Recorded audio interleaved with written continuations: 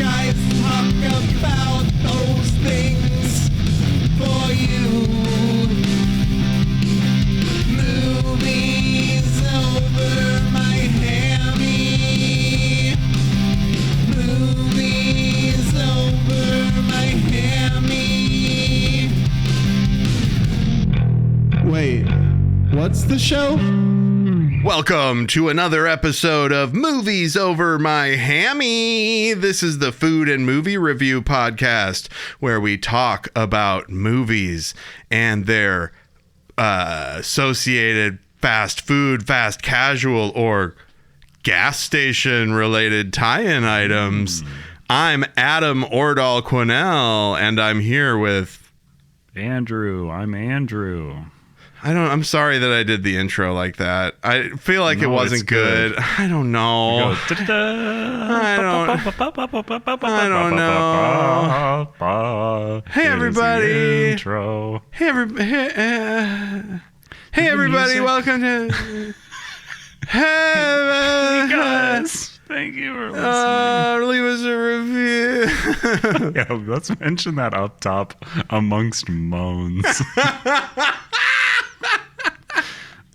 Oh man, how's it going, man? Adam's pain medication. We need to pay for it with reviews. How's well, now when you say it, it's like cloying. Wow. when I, the loser of the group, begs people, it is okay. We can't both be the loser. So how's it going, Andrew? It's going. It's going good. I cleaned my closet last night. Oh, is that a euphemism? yesterday. Is that like, did you give yourself an enema? Yes, I call my asshole my closet. I like how you think that's the part that makes it weird. Not the enema part. Did you ever watch the My Strange Addiction where the person was addicted to enemas? No, I didn't, because I find shows like that to be horrific and Yeah. And this one is. I'm not trying to I've watched like 0 episodes of it. I never hit record. God damn it. Wait, what just happened, Andrew? Hold on, because I am recording the Zoom. Welcome back to Movies Over My Hammy. This is a podcast. Our first ever commercial break for clapping. A tired guy and a stoned guy try to do something worth you listening to, and I think we succeed a majority of the time that we try.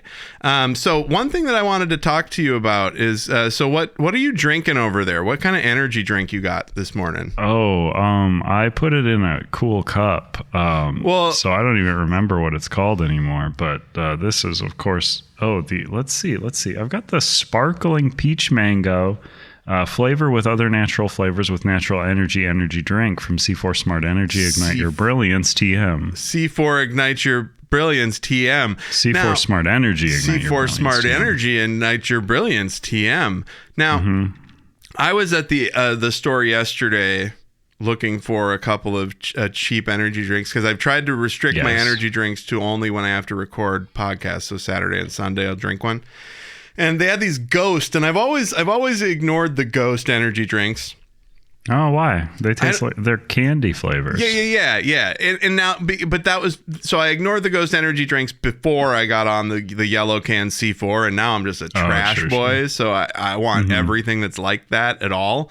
And so I got a couple of these Ghosts, and this one's a peach, but I didn't really look at the can until after I got it. These energy drink cans need to fucking chill out. Like they have to, like if you could see this on the video, look at all that stuff. What is going on there?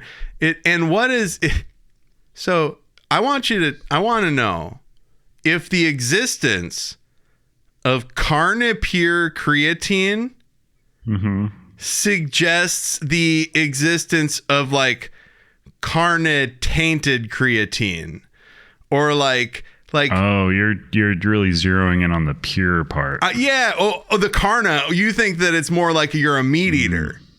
You think that it's like you have to be a carnivorous. You have to be a purely carnivorous person Yes, this energy comes from meat. I'm gonna cut all of this because you are giving me nothing, and that's fine. I'm not giving you anything to get it from. Like, so honestly, I've heard that drink. You know why I like Ghost energy drinks, Adam? Okay, lay it on me.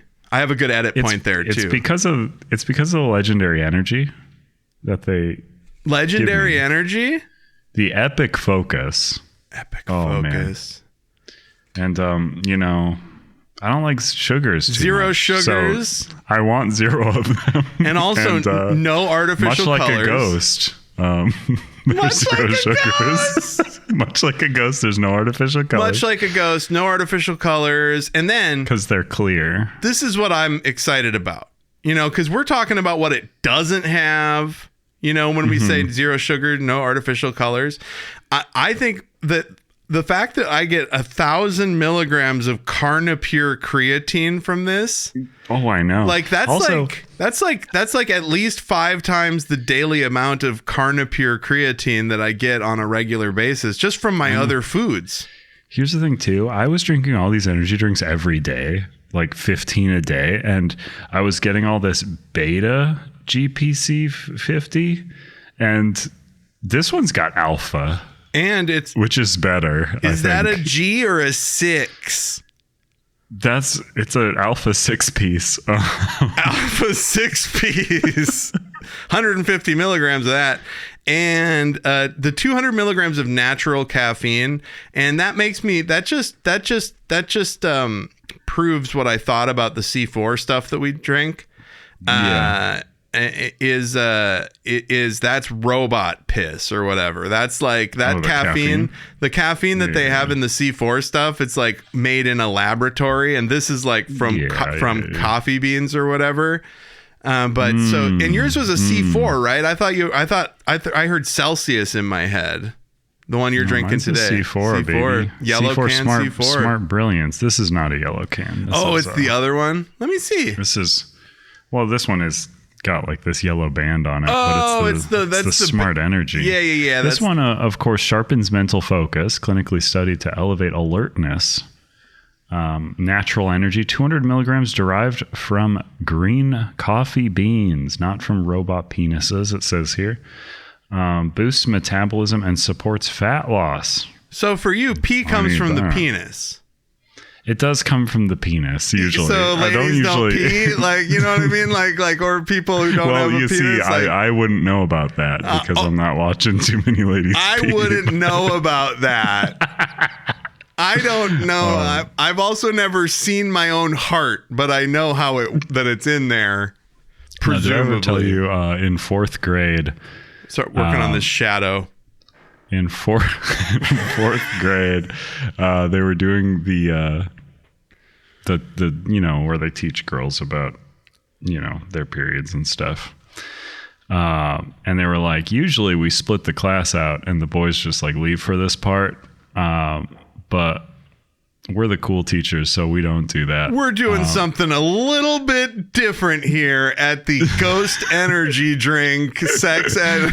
Yeah, so as a 4th grader, I was like, yep, and that's of course how you put a tampon in, and you do want to change those regularly, otherwise you're going to get toxic shock syndrome. Good old TSS, baby. Yeah. Really, really strange stuff to learn as a young boy. You're just like, there's kind of just... That sounds like it sucks to deal with, My body just made an insane sound.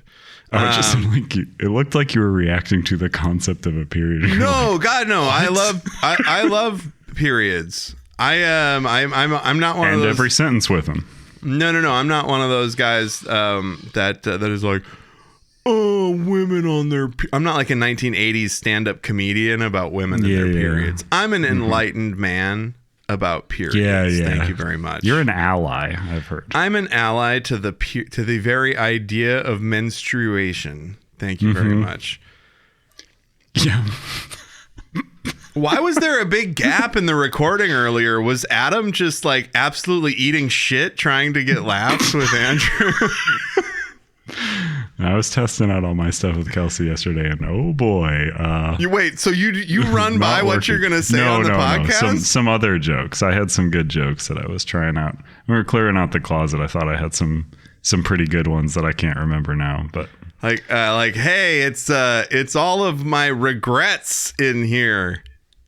I'm cleaning out all of my regrets from my skeletons. I meant. Yes, look, what's up with all these skeletons? Yes. Did you do a skeleton joke? I was like, look, I'm coming out of here. Oh, look, I'm in here now. So I didn't want to make that joke. Wasn't the joke. So I didn't want to make. I had a pretty good one. And I don't remember it. Oh my God. So I'm just supposed to fucking trust you? Shit. Do you know how hard it is for me to trust you when you say you made a good joke? Like, you're like... Wow. Hey, I got a question for you. Did we do a Hamnet episode? Fuck. I was thinking we didn't. We talked about Hamnet. I was just thinking because in my head I go, movies over my Hamnet. Like, I feel like there's this alternate universe where we did a Hamnet episode, but we talked about it every week.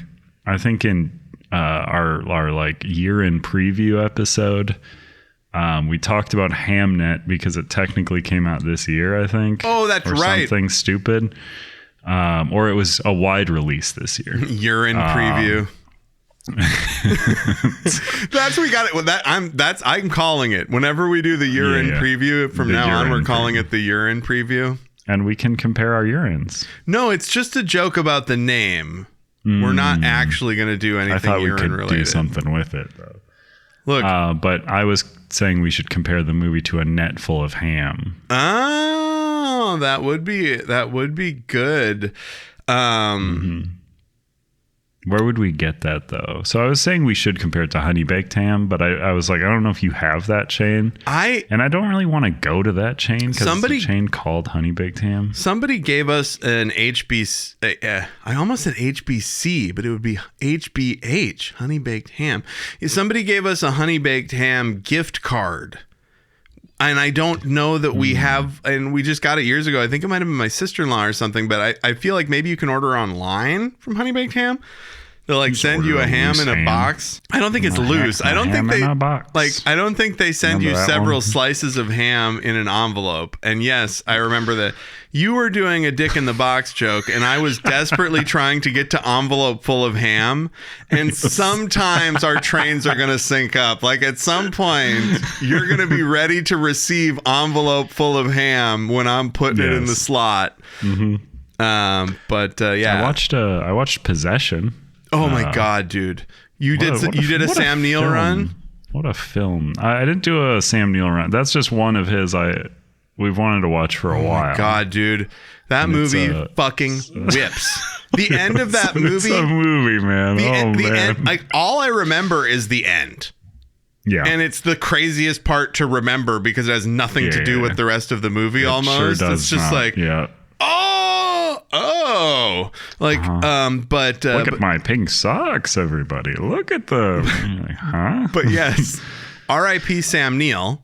Yeah, what a banger of a performance from him and lady. So who I don't remember her name. I'm glad that you brought that up because that was actually a big part of my week last week. When after Sam Neill died, I was like, well, we got to watch a bunch of Sam Neill movies. So I got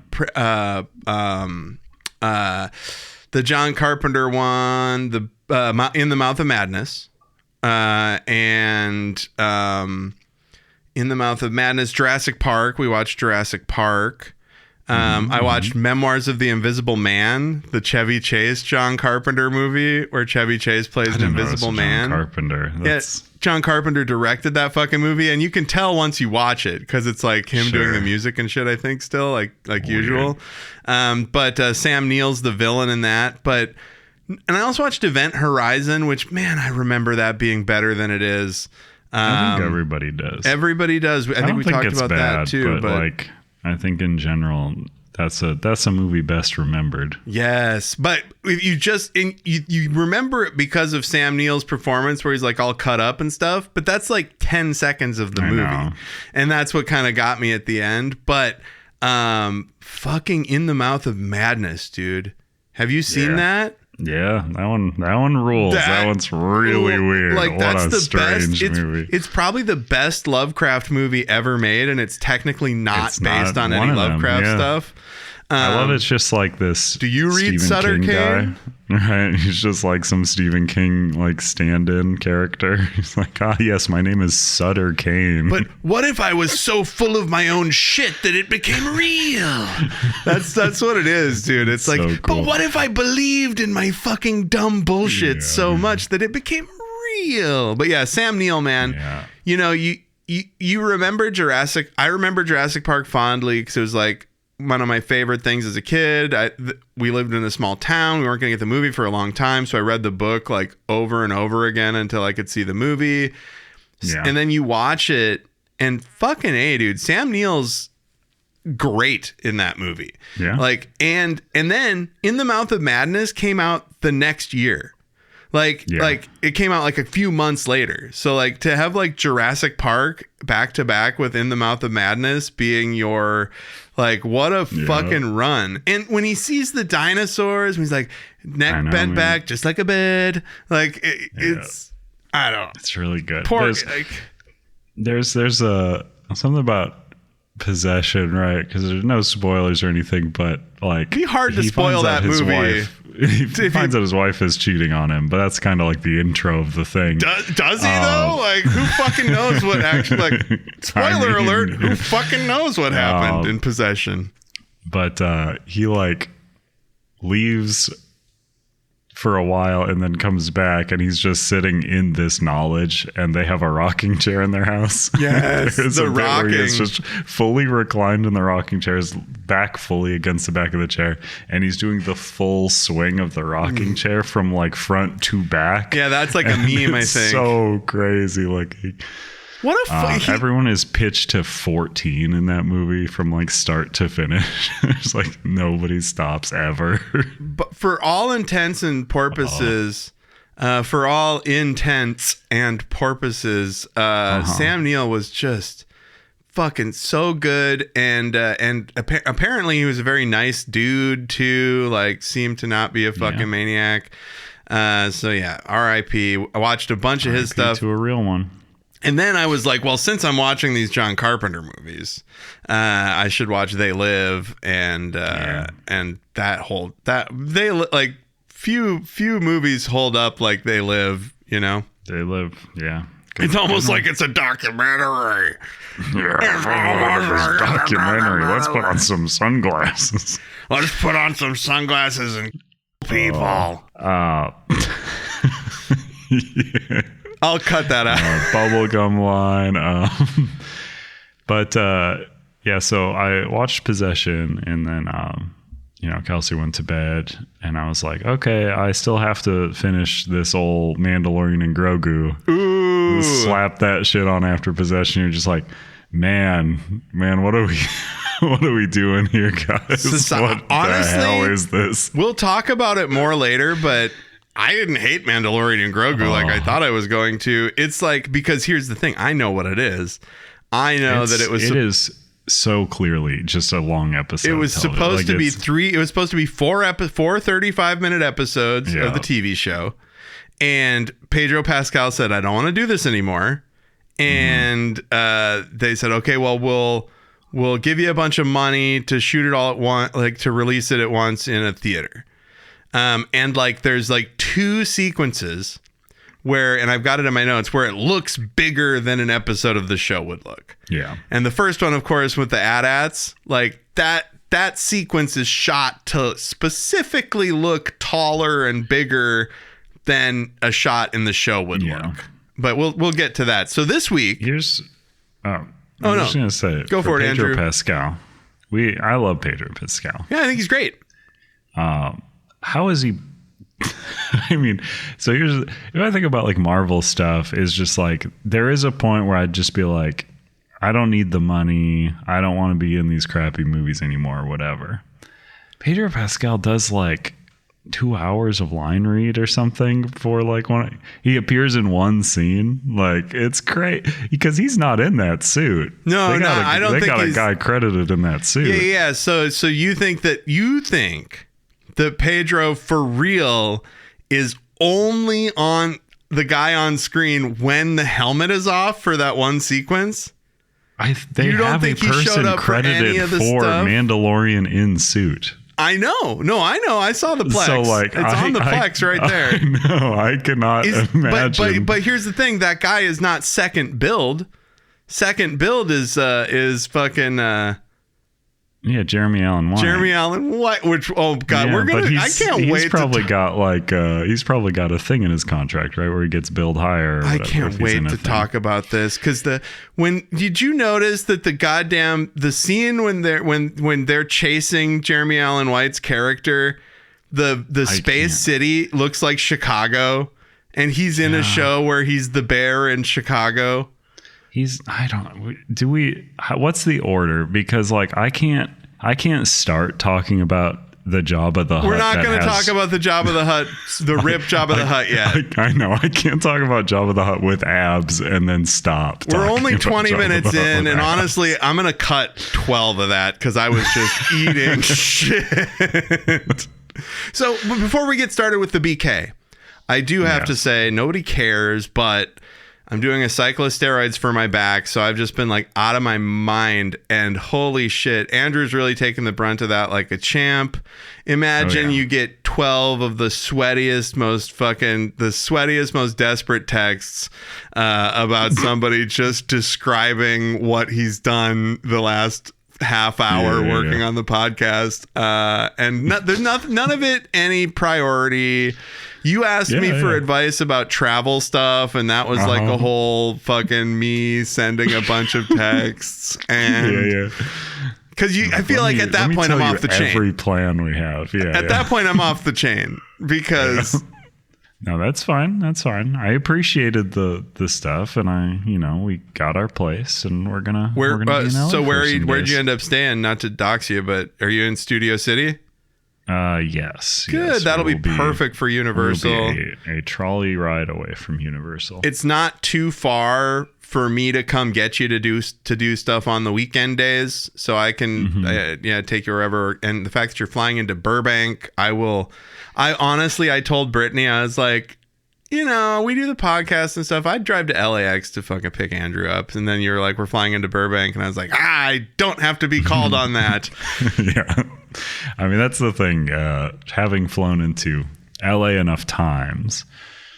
Whenever people ask me about like if you've got time, just fly into LAX and get on the flyaway. Like the flyaway bus is fine, but it's an hour of being on the fucking 405. I know, man, that's the thing. It's like the last time I was booking flights to LA, because the first time I went out there, I did go to LAX and I didn't think it was that bad. I was like, it can be fine. It's fine. But I looked up like a ride from LAX on whatever day I was booking my next flight, and it said an hour and 50 minutes to get from like LAX to the hotel I was staying at. Well, and the Uber would be $100 or $110 or whatever. I mean, that sucks. Flyaway is $8.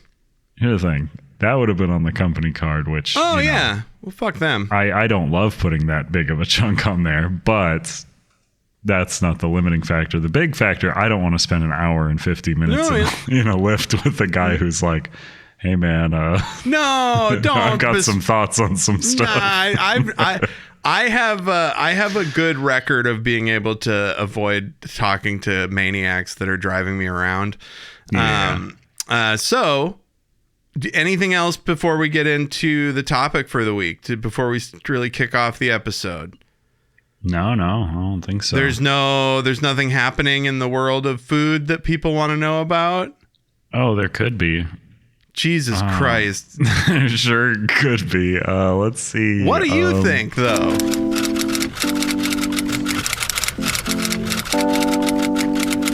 Do you want a little bit of food news as a little aperitif?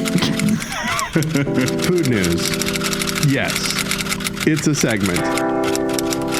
This one's a little late, but this is probably fun if it will load. Good, because I had to play the theme song. You know what? I have a theme that I'll put in here and then I'll edit it.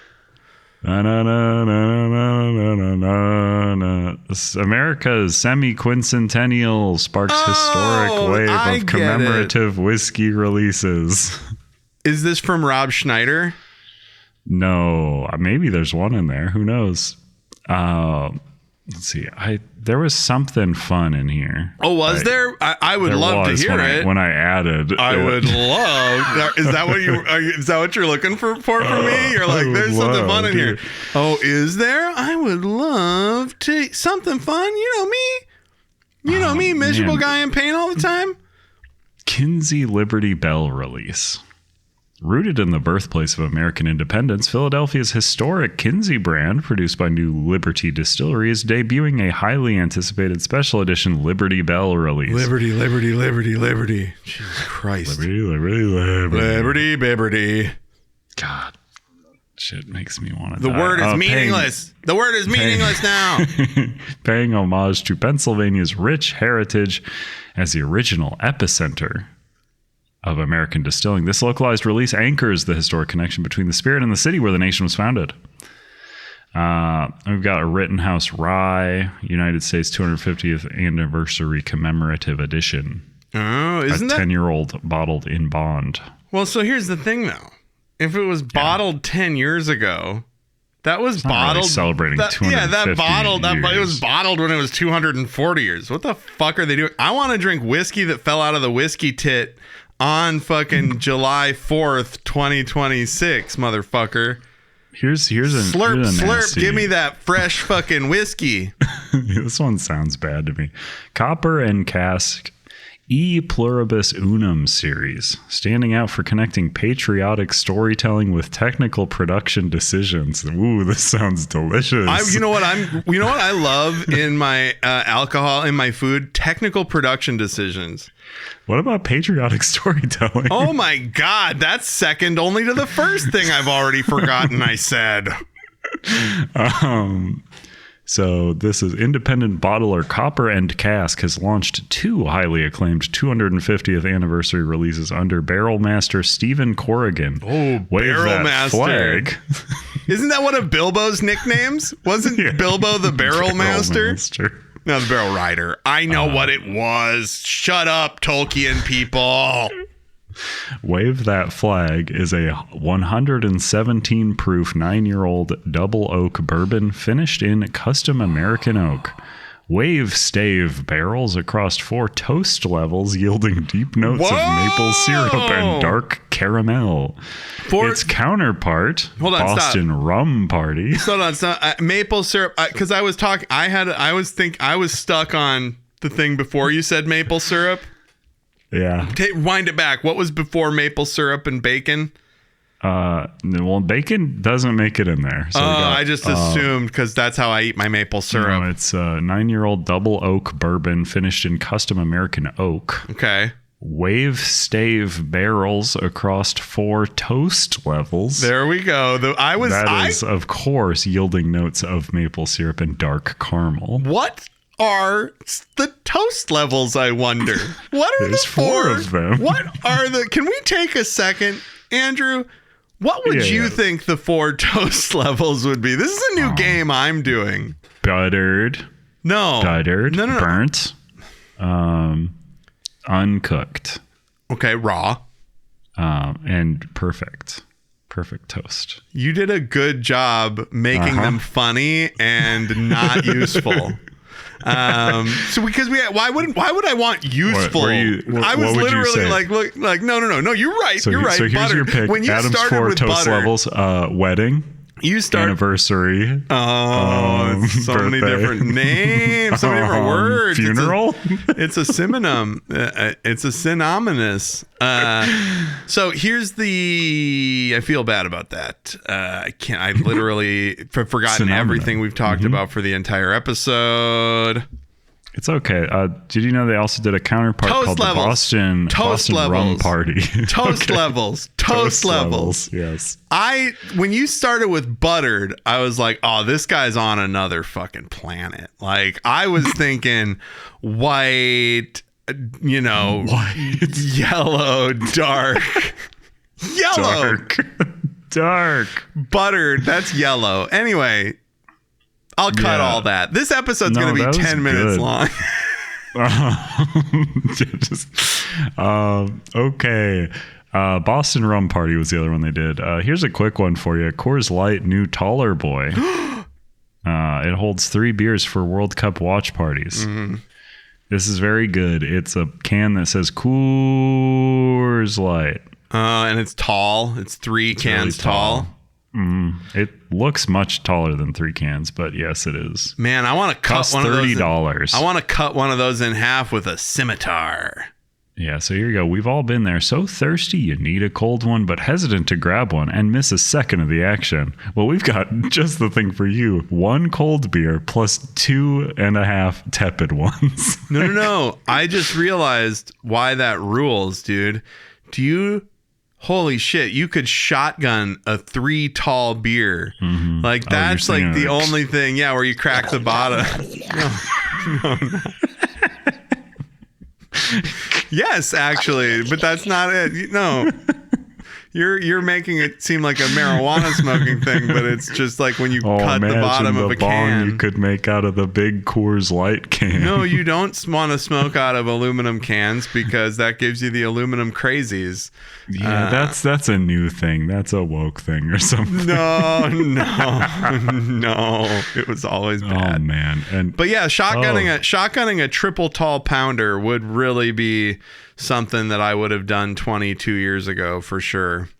Here's a fun one. Fireball's new sneakers secretly hold up to 4 shots of whiskey. Whoa. Man, that's kind of like the syrup shoe. It is, but these ones you're meant to drink out of it. Oh, you drink out of the shoe? It says Fireball Cinnamon Whiskey is launching Fireball Sneaks, limited edition sneakers featuring a compartment designed to hold the brand's new stash flask, a resealable 200 milliliter pouch that holds up to 4 shots of Fireball. The black and red high tops feature Fireball branding, including flame detailing, along with a pocket beneath the tongue engineered to hold the flask. So I see. So the flask is like behind the tongue where, okay. That's where I'm going to put the flask. Yeah, and it's... when I drink out of it. I'm going to put it behind my tongue because I'm going to put the entire flask in my mouth. Mm-hmm. Like I'm going to unhinge my jaw. Eat it, I guess. We never figured out what the 4 toast levels were, and it's fine. Like we didn't joke. I'm saying, like, I'm very curious as to what that fucking whiskey company considers the 4 different toast levels. You don't have to go back to it. It's just going to keep me up for the rest of my life. Well, they didn't even say. I know they don't. That's the fucking thing, dude. That's the problem with it. You can't say across 4 different fucking toast levels. And then it's like when I think of a marshmallow. If you're a whiskey guy, you probably just know. And here's how boring this is. Here's how much this sucks. 4 primary wood barrel toast levels used in winemaking. So this is winemaking, but it's probably similar. Light, medium, heavy. Can you guess the last one? Dark? Medium plus. Medium plus what? If the first one is light, the other one has to be dark. Here's somebody shared this in our mildly interesting. My toaster came with a picture guide of the different toast settings. That's great. Good. It says these images are... This is very good. So level 1 is just not cooked. Level 2 is toasted. Level 3. But then level 4 through 6 are just burnt toast. Yeah, really various levels of burnt. This one is like you fell asleep. Good. With the toast this in. One is like, whoops, you have a manual, the building's on fire. You have a manual toaster, you see, and you drank way too much on New Year's Eve, and you decided that you were going to ring in the new year with some fucking toast. And you passed out on the couch. And this is not relatable to me in any way where it wasn't a frozen pizza. This is the setting you set it to when you want everyone to have to leave the building and stand outside while the firefighters have to break into your apartment. Or in my case, you wake up 10 hours later in an apartment full of black smoke with your fucking smoke alarms going off, and none of your neighbors having called anybody or done anything, and you live in a building where there's 12 units and there's literally smoke pouring out of your the window of your fucking apartment as though it is on fire. Anywho, so a light toast is going to preserve the wood tannins. Elegant content remains higher, and wines tend to be more astringent and less sweet. Wood spice and mineral-like characters dominate I thought you were making a joke about a person named Eliga Tannen. Eliga Tannen. Yeah, so like the actress Eliga Tannen. What are you talking about, Andrew? Still, there's a moment in is it The Ugly Truth, I think, where there's just Katherine Heigl and what's his name, Gerard Butler, and she's finding out that men are interested in one thing, but the bit is that she lives alone with her cat, who she scolds at some point, and she goes, D'Artagnan. Katherine Heigl and Gerard Butler. Wow, B team all around. It's like it sucks. It's one of the worst movies you'll ever watch, but it is very funny that her cat is named D'Artagnan. All right, so we did the Fireball whiskey shoe. I get it. It's a flask. I do want those. Yeah. I mean, I wouldn't put Fireball. Here's the thing. Fireball whiskey, that's not something you want to put in a flask because it's too sweet. Like, you don't want to put like your fucking... Yeah, it'll get all sticky. You don't want to put your hot sugar... It would be hard to clean it. Your hot... Yeah, I've got some hot sugar water behind the sole of my... Behind the fucking pad of my shoe. What's it called? The tongue. Behind the tongue, as they'd say across the pond.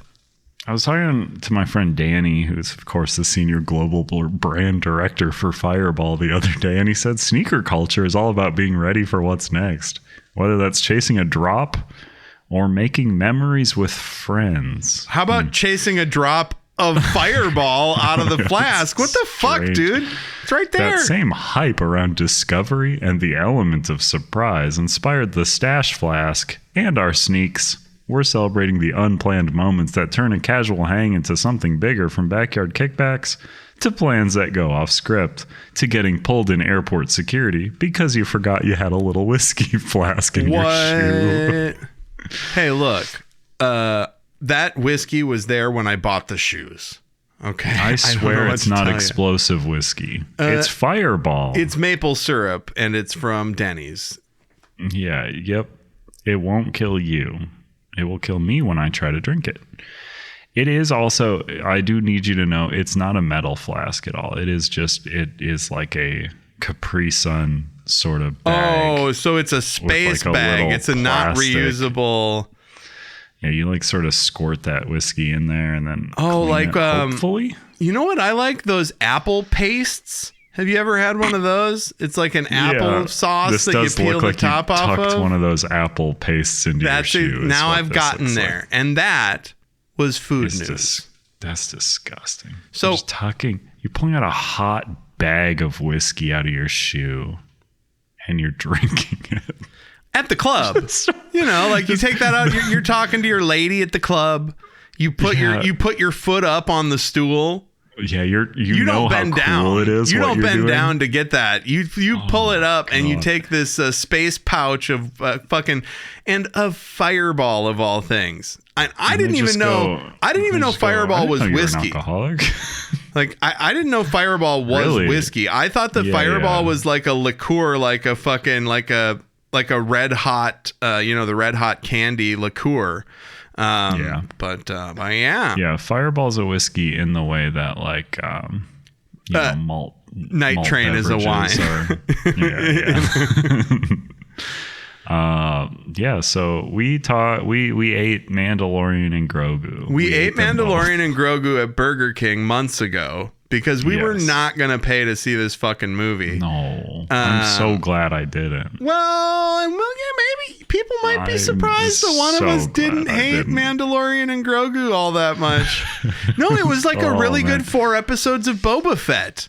Yeah, it's not too bad. Boba Fett, eh? I remember the Boba Fett show? I do. Yes, the Book of Boba Fett. They called Isn't that what it's called? The Book of Boba Fett. Like, that's how they were going to name all. Like, they were like, the next thing was going to be the Book of Obi-Wan when they did the Obi-Wan show, but they said, no, the book thing is dumb. People we're not are kind of out on Boba Fett. They don't think he's that cool. How can we make him cool to the kids again? A book. Kids love books. Kids love books. Books and a large tummy. That's how they're going to make Boba Fett. A large tummy? Yeah. I love the contemporary Boba Fett, but he's like a stocky guy, you know? Oh, that's weird. His armor. Interesting. His armor did not change size either. It seems like No, so he's like Harold from Hey Arnold, where his like shirt doesn't cover his tummy. You didn't watch the Book of Boba Fett? No. Do you have Disney I don't Plus? watch any of this. I've watched like 3 episodes of Mandalorian and Grogu. Do you have Disney Plus? In this moment, yes. Dude, you should watch. You should go back and watch Mandalorian, man. It's a fun show. It's weird that this is what the movie was. But yeah. So BK. I was trying to think the BK ones that we've done before. We did SpongeBob. Yeah. We did Jack-o'-lantern Whopper, right? Yes, we did the Halloween menu. That's what it was. I was like, I feel like we've done 9 BKs. Yeah, we did Vampire Nugs, Jack-o'-lantern Whopper. That's the early days of the show. When we really thought it had to be a thing that's actually a thing. Let's break out 4 episodes out of this one meal that they made. And you look back on that now and you say, but God damn it, they made it work. They did it, and now here we are 20 years later. And Andrew says, no more Burger King, please. We're done with it. Here. How many different ways can you make a little potato with a bit of bacon in it? Yeah, good God. Burger King launches Out of This Galaxy limited time menu inspired by the highly anticipated. I think that's not true. Upcoming movies, Star Wars, The Mandalorian, and The Grogu. This is out of Miami, April 21st. Burger King is bringing a galaxy far, far away to your taste buds. In celebration of Star Wars, Mandalorian, and Grogu hitting theaters May 22nd, Burger King is launching a limited time menu packed with bold flavors, fun packaging, and epic Star Wars offerings designed to delight fans of all ages. When it comes to flavor, this is the way. Starting May the 4th at participating U.S. restaurants and while supplies last, guests can enjoy a lineup of Out of This Galaxy menu items, including the Barbecue Bounty Whopper, a flame-grilled quarter pound of 100% beef with an asterisk. I wonder what that's for. Served in a helmet-shaped carton inspired by the galaxy's most legendary bounty hunter.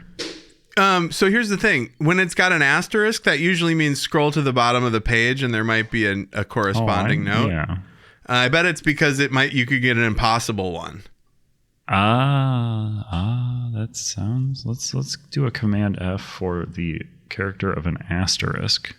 That's my secret tech. Pre-cooked patty weight. Oh, what a piece of shit I am. Oh my God. Adam's gotcha journalism fails once again. Yeah. Seems like you... I mean, I see where you're coming from because the asterisk is after the word beef and not after the quarter pound, which is strange. Thank you, Andrew. I'm glad you're on my side because I don't want.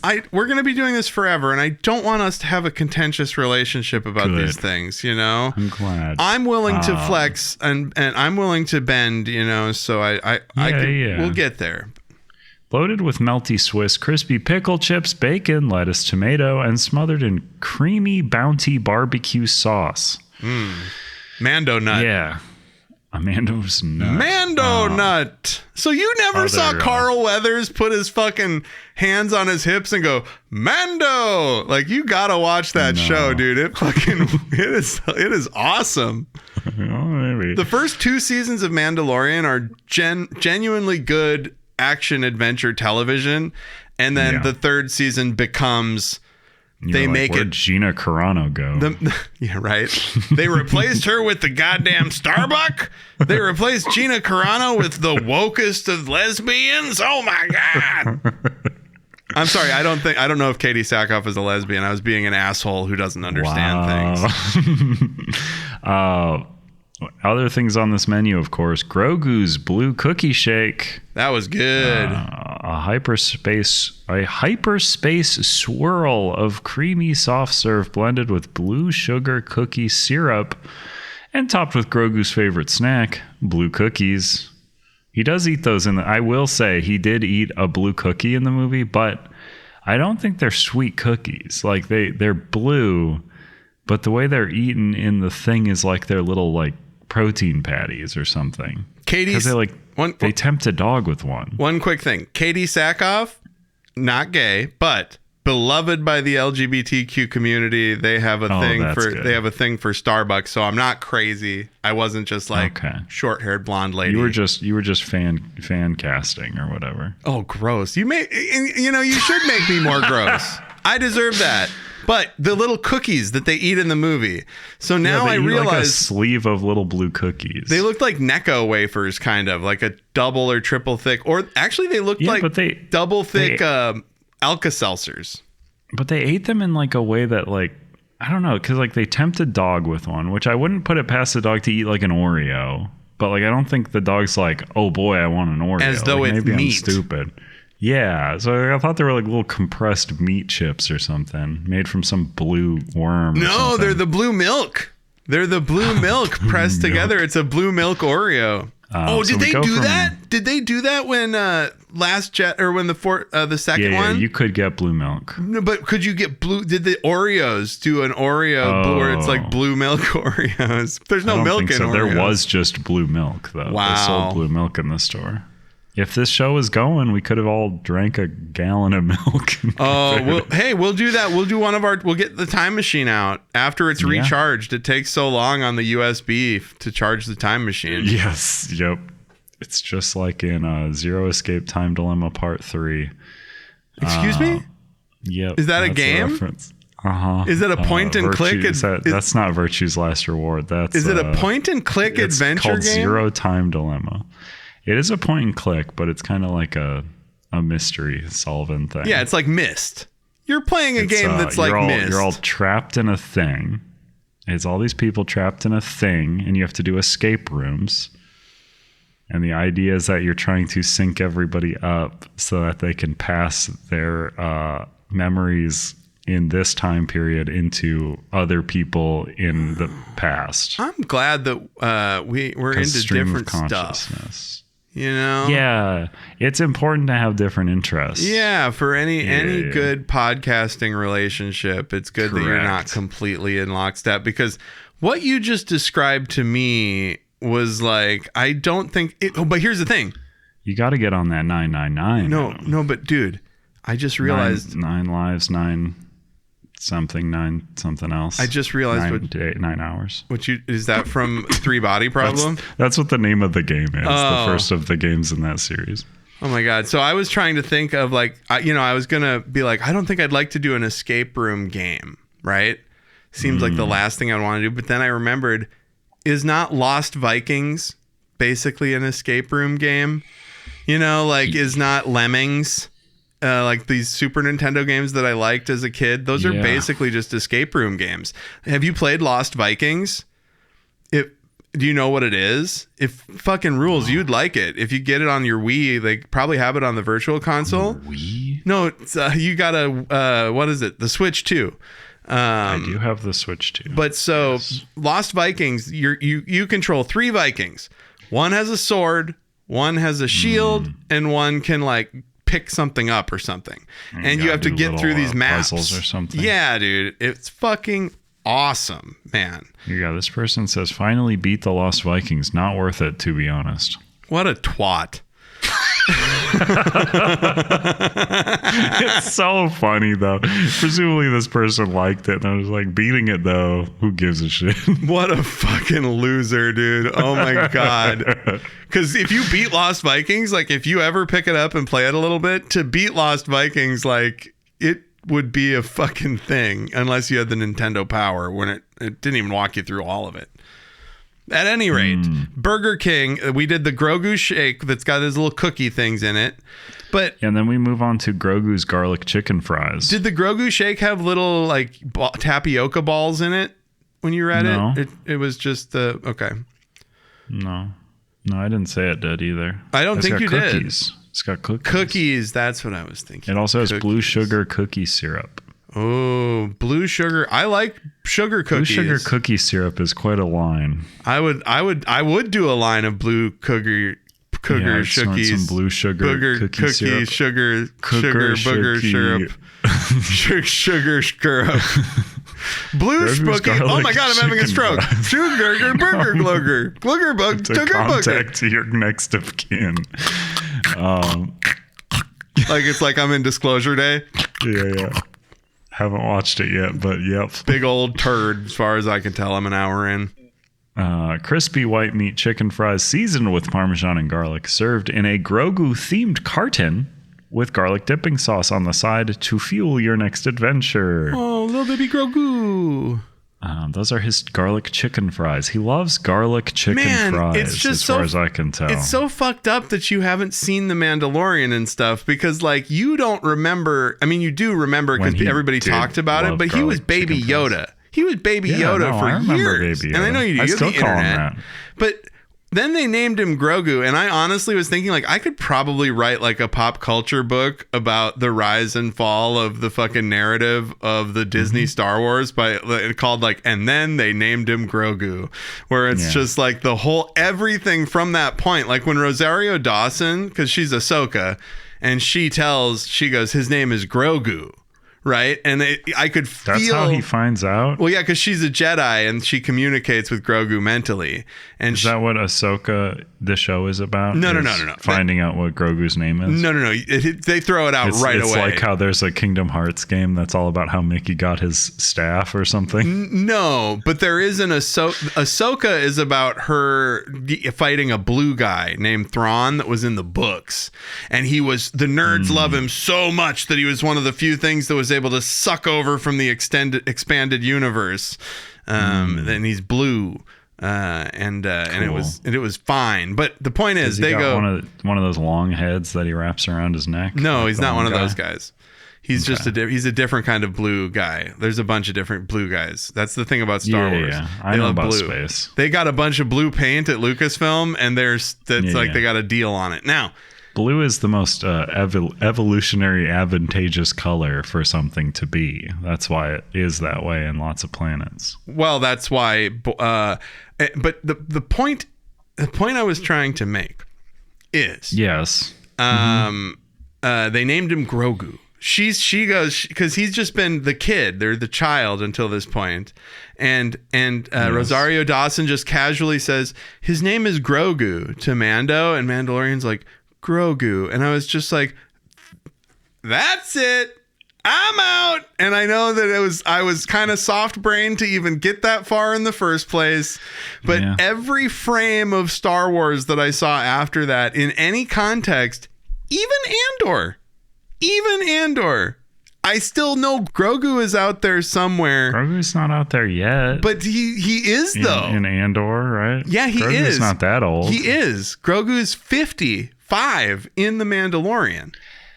That is the worst thing. That's the worst offender than the name Grogu. It's worse that he is 55 years old, and whenever he makes a sound, they have a human baby sound. He's that's the cutest, upsetting. He's the cutest 55-year-old you've ever seen. He's Hans Moleman. How dumb is he? He's like Hans Moleman.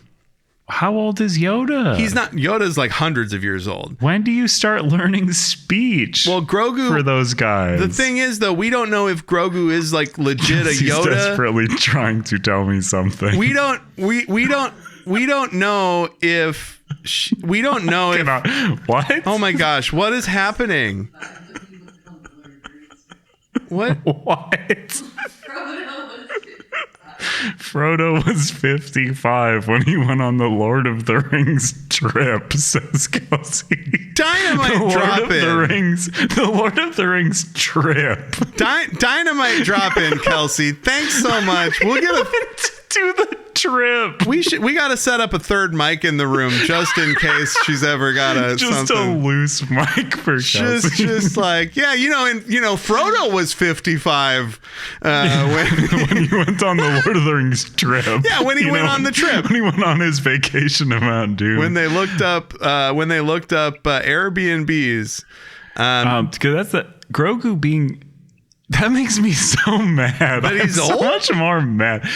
He talks like a baby. But why does he make baby squalls? What you don't understand is What you don't understand is Grogu isn't necessarily just a normal whatever Yoda is either. Did he get bonked on the head with a coconut and he's stupid? He's genetically engineered in like he's like Grogu is like what the ultimately hell does that mean? What they were going to say eventually is that Grogu was created in a laboratory, I think, and they just never pulled that thread because they were always wanted to study his midichlorians because he has like the most fucking midichlorians. They don't say midichlorians, they call it M count because we've got bad associations with midichlorians from the prequels, so they call it his M count. But we know, his Disney, force goo is really high. In Disney Star Wars, you can say M count all you fucking want, but we know what that M stands for, and it's midichlorians, and it's stupid. Yeah. But the point is, Grogu is 50 when they meet, and they're like been together for 5 or 10 years at this point. So he talks like baby. Yeah. But he understands everything. Here is the thing. You say how dumb is he? But that's kind of fucked up. Just because somebody can't speak, that doesn't mean they're dumb. So here's the thing. I agree with you, but also every single creature that exists in the movie Mandalorian and Grogu, when you first are introduced to them, they speak in whatever alien language that they're fluent in, and then the next time you see them, they're like, "I'm bored of doing that. Here's English for you," and they just speak in English. Then yes, and it's and then you go to Grogu, who's like. He's like, and he's just like, "Hey, don't push the missile button again, Grogu. Whoops, you're just a stupid baby." He's older than me. No, he's not stupid. He's being a scamp. He's not stupid. A scamp. He's trying to figure out how to help. No. He's fucking around, dude. He's like his Grogu. Friend, he wants to shoot that. His friend's about to die. Yeah, and he was like, "I'm just gonna instead of doing what Mando wants, I'm just gonna shoot those motherfuckers behind him with rockets." Like I think that Grogu shooting at Mando. I think that Grogu knows a little bit more about what's going on than he's supposed to. And also, don't apply your fucking human life and fucking social cycle to a being that you don't know anything about. What if they live for 5,000 years and you are a baby for 2,000 years? That's a bad life form. Oh, wow. Who's watching that guy? Oh, wow. Let me guess. I bet I can tell who you sided with in Gattaca. I bet I could tell who you fucking. I didn't realize. In Gattaca? They're all people in Gattaca. No, but there's eugenicists. That's what I'm saying. Like, I bet you were on the side of the government in Gattaca that's like, yeah, he can't go to space because he's genetically impure. No, that one's dumb because he's not manufactured. Because they like have split society of like, hey, a guy did the thing or didn't do the thing. Maybe Gattaca. Maybe we need to watch Gattaca again because we can compare it to Attica. I've also said Gattaca before. Now it kind of breaks my heart that Kelsey loves to do that one. Well, that's good. Kelsey and I have something in common. Yes, you can talk about it next time you hang out. And of course, we come to the final Imperial Cheddar Ranch Tots. Ooh, those were pretty good. Those were vile. They were so bad to me. Maybe you got bad ones. Yeah, I mean, how did it sit with you? Did it leave you pooping? Perfectly crispy tots stuffed with melty cheddar cheese, fluffy potatoes, and ranch seasoning served in an Imperial themed carton. Huh. Okay. Imperial themed carton too is weird to me. Yeah, like what's it? It sounds like it's not going to be Imperial like in the realm of the movie. Like it sounds like it's gonna be like you're gonna have like an American imperialism fucking carton. Well, it seems like you're gonna have Imperials like really in the movie at all, and they kind of are intensely secondary to the plot of the movie, despite the opening of the movie being like Mandalorian hunts like Empire ex-Imperials, people, and you're like, that's cool, that's interesting, and then it's like, actually, it's just about these huts. That's basically that Al Pacino show, Hunters. And have you ever seen that? Yeah, I know. Hunting like the last of the Nazis. That is what it is. Like that is definitely what they're going for. Is like that hunting down the folks in Brazil and stuff. That Hunters show is fucking all over the place. I tell you, that show is fucking crazy, dude. Like I think that's a very hard subject matter to tackle in like a fun way. I couldn't finish the second. I didn't finish the second season, but yeah. Star Wars has shaped generations of fans And as we head into the release of Star Wars The Mandalorian and Grogu, we saw an opportunity to bring that excitement straight into our restaurants, said Joel Yashinsky. Oh, I was going to ask which one of your buddies is telling you this. Oh, it's of course my friend Joel Yashinsky. Sounded like Joel. Honestly, I could have Karnak that. Yeah. I could have put it up to an envelope in my head like Johnny Carson and been like, Noel Baczynski? No, it's Joel Yashinsky. Gallagher, watermelon smashing. Yes, Noel Gallagher, known for smashing watermelon. I was doing free association.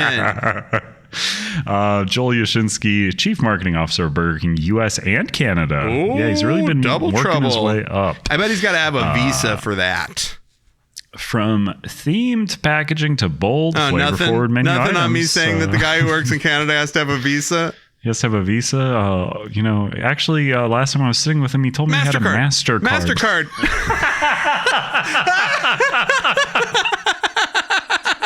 The most hack joke in the world.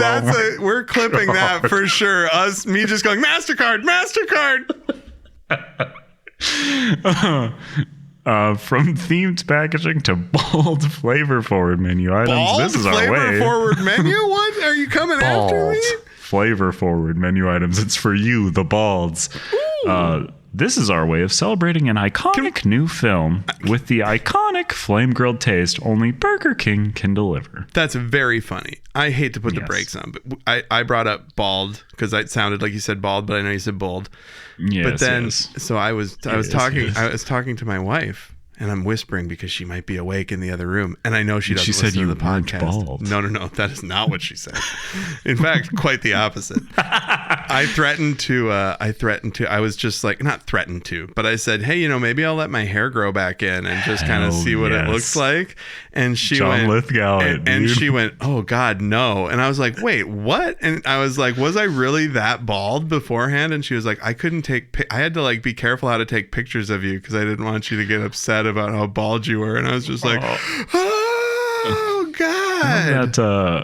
There's a good episode of Seinfeld where Elaine starts dating a guy with a shaved head. Yeah. Oh no, I know. Yes. And then he tries to let it grow back, but he's bald. And she's like, "Whoa, you should grow your hair back." And then he's growing it back, and it's showing that he's going bald. George. Yeah, and he relates to George. Man. Yeah, it's pretty funny. But I knew because I knew I looked bad. The reason I shaved my head is because I did a convention where I performed in 2023, and I was so stoked because I was going to do a couple hour sets over this weekend, and so I would have like a bunch of video, and they like have 4K cameras recording everything. I was like, fuck yes, finally back on the horse, gonna have some new content to show people, me doing stand-up, killing it because this is my audience, right? And I killed it and everything. And then I got the video, and I'll tell you what, completely unusable because of how thin my hair was. Like I looked like an insane person. Like it was like, because I had big, thick hair on the sides, a ponytail, and then the overhead lighting. I had one little strip of hair that went from my forehead back to my ponytail, and just. People let me fucking walk around like that, and that's fine. Yes. But it really was an eye-opener in a bad way. I watched 2 hours of video trying to find a clip where a joke killed and I didn't look like a fucking, like a hippie guy working at the health food store that doesn't care, Like, he's over it, He's over it. Who's he trying to impress? And you're like, everybody, please. I'm on camera. There's a bunch of cameras on me. I don't want to look like this. So now I'm like Bruce Willis. Did you? Oh, really? Was that's what made you laugh? The fact that I think I'm there's a joke I had, and then I was like, no. Oh, what? Bruce Willis is not in a place. Oh no, God, yeah, you were gonna be like, you're like Bruce Willis bald, but you can remember stuff. No, you can speak. Oh, is that what happened to him? Poor guy. He doesn't. Yeah, he can't speak. He's nonverbal. It's a bummer. It's a huge bummer. It's a huge bummer. Why I did not want to say it. It's a huge bummer, and the fact that he had to make all of those super cheap movies in the last like year or two that he did have speech and mobility, and then he sold his likeness rights to AI, and they're going to keep making Bruce Willis movies forever. I think all of these things were his family really pushed for those things. Huge bummers all around. Yeah. But just so you know, Andrew, not on Team Bruce Willis, and that's I'm very much on Team Bruce Willis. One of my favorite actors. Yeah. You said. But did you know that kids can join the adventure too? The Mandalorian and Grogu King Jr. meal arrives at participating restaurants. I thought we were going to talk about the movie now. A Mandalorian-themed toy for the next generation of galactic adventurers.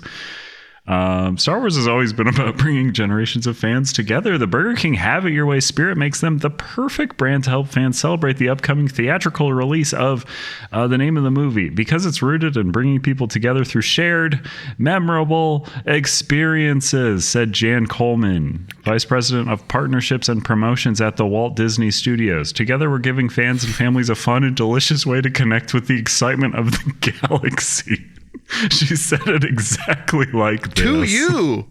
Yes. You were in a phone booth. Me. You were in a phone booth. It was like one of those things where you had to call in to do the interview with her, and you were like in a phone booth.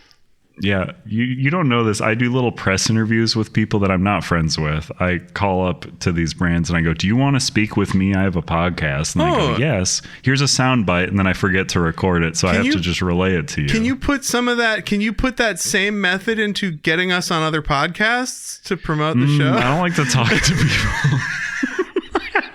If you're listening to this and you have a podcast, yeah, we'll be a guest. So that was the press release. How does that strike you? You know, I was busy laughing in my head about the other stuff, and like I had a couple of tears from whatever the last thing was, but it sounded pretty boilerplate. It sounded like a Burger King press release. It sounded like the SpongeBob. You want to mention the reverence for the stuff in the past. You try and use a little bit of the lingo. You really clean up your AI prompts, you know? Yeah, you do some version of a Whopper.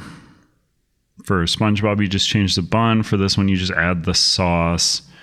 You do the shitty cheddar tots that I have grown to despise. They taste like they have old cheese mashed Andrew potatoes texted me, and that's rare. So he texted me and he said if I have to eat these cheddar tots after I finished eating he this said food. I know that our fates are inextricably tied for the rest of our adult lives doing this podcast, but if I have to eat those cheddar tots again, I am throwing that all away and we are done. And I was like, hey man, if there's no other tie-ins, we got to eat the cheddar tots again.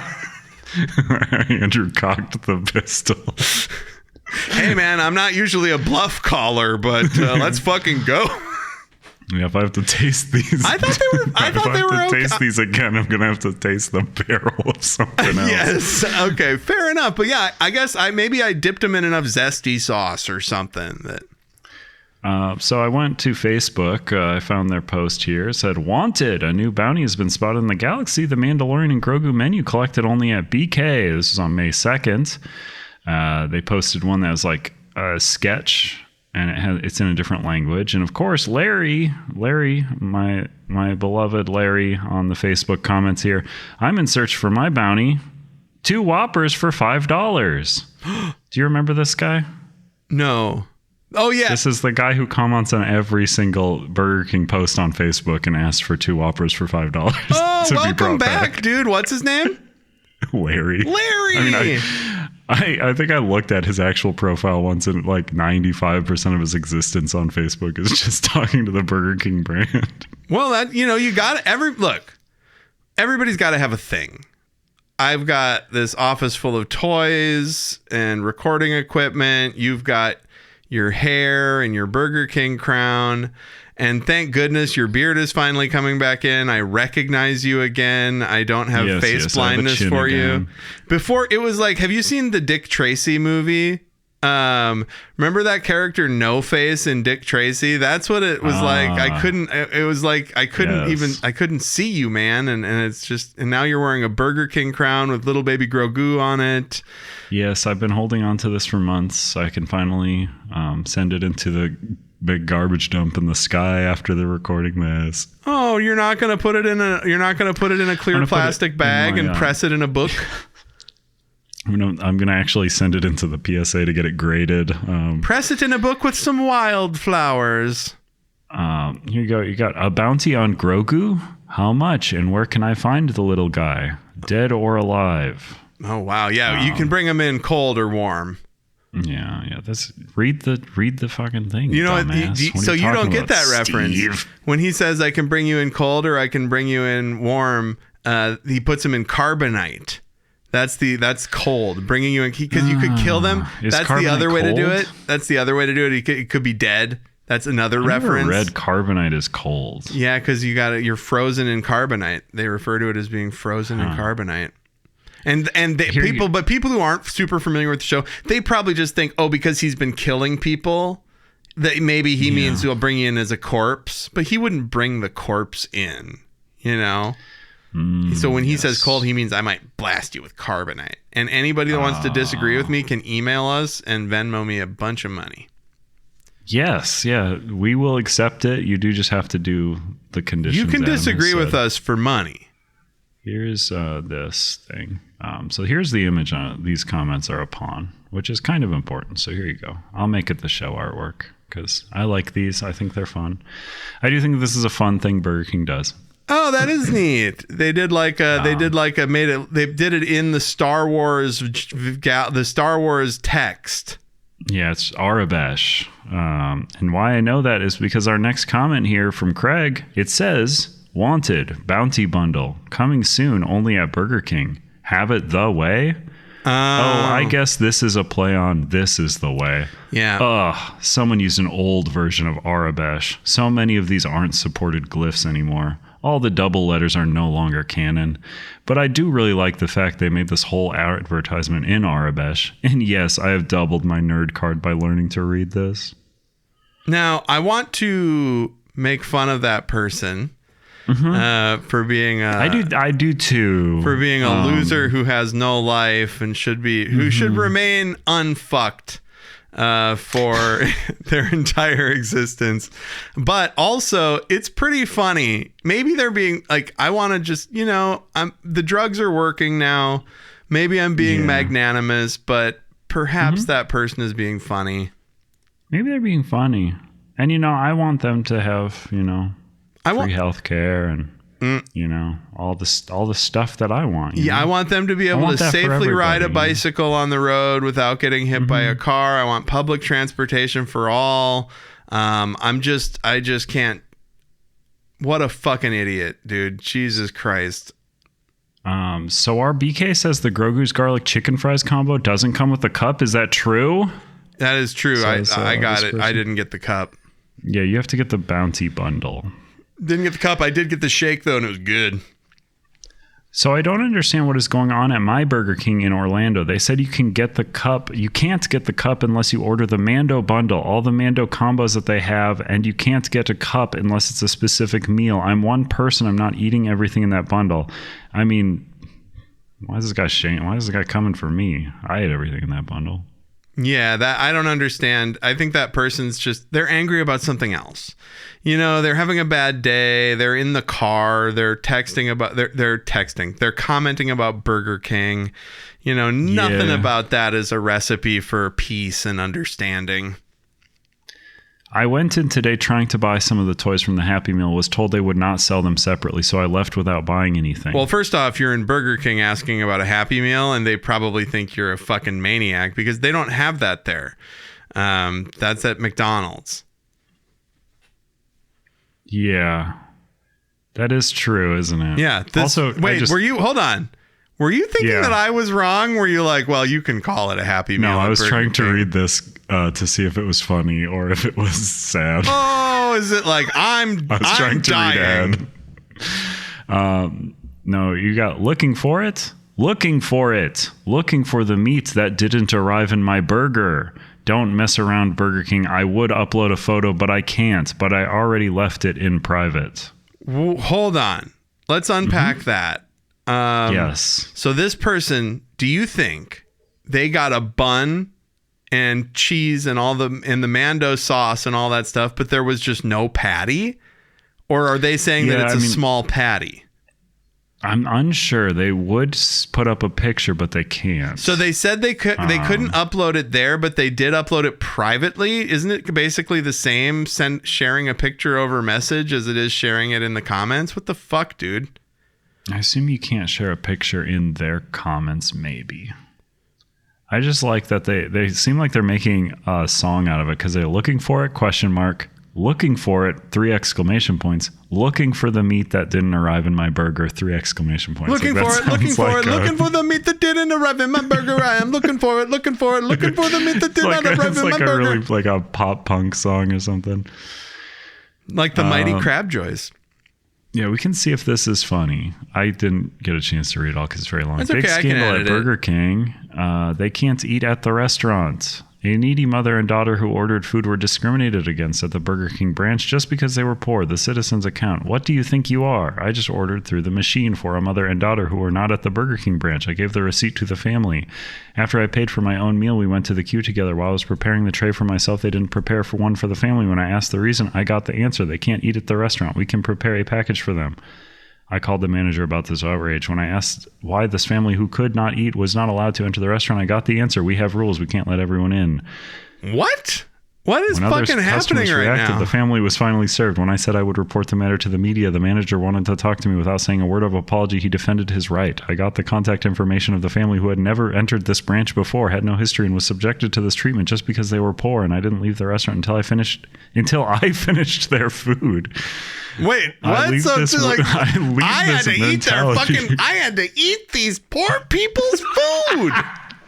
And at the end of the day, you know what? I'm mad. I'm mad that they were refused service. I'm mad that they couldn't come in there and see. But I had to do it. But at the end of the day, I had to eat the poor people's food. And it was a delight. It was good. It was good. I'm really sad to say they didn't get it. Bounty Burger is absolutely fantastic. 3rd night in a row. That's the same lady? No, this is a separate. I thought that was funny because, but she was like, and it was absolutely sick. The Bounty Burger, though, it was delicious. It was delicious. 3rd night in a row. 3rd night in a row. I didn't have the problem with the poor people every night. No, this is a great comment, though. If you're working at Burger King, you want this comment on everything. The Bounty Burger is absolutely fantastic. 3rd night in a row, the flavor profiles, the textures. Whoever came up with this thing, I need to shake their hand. The best burger made since the Whopper by this company, period. Wow, that person has the world's worst shits. Like the how's it sitting with you is leave you thinking or does it leave you pooping? That guy, you never have to ask that question. Everything leaves him pooping. I ordered the bundle yesterday and it was actually really good. The Whopper is really good. And the best item by far was the Grogu Blue Cookie Shake. Was good. Never sleep on Burger King. It always has been my favorite fast food place, but I didn't get the crown. I got the limited edition cup. But no crown. Oh no, you should message that person and say, I have a crown that I can send you.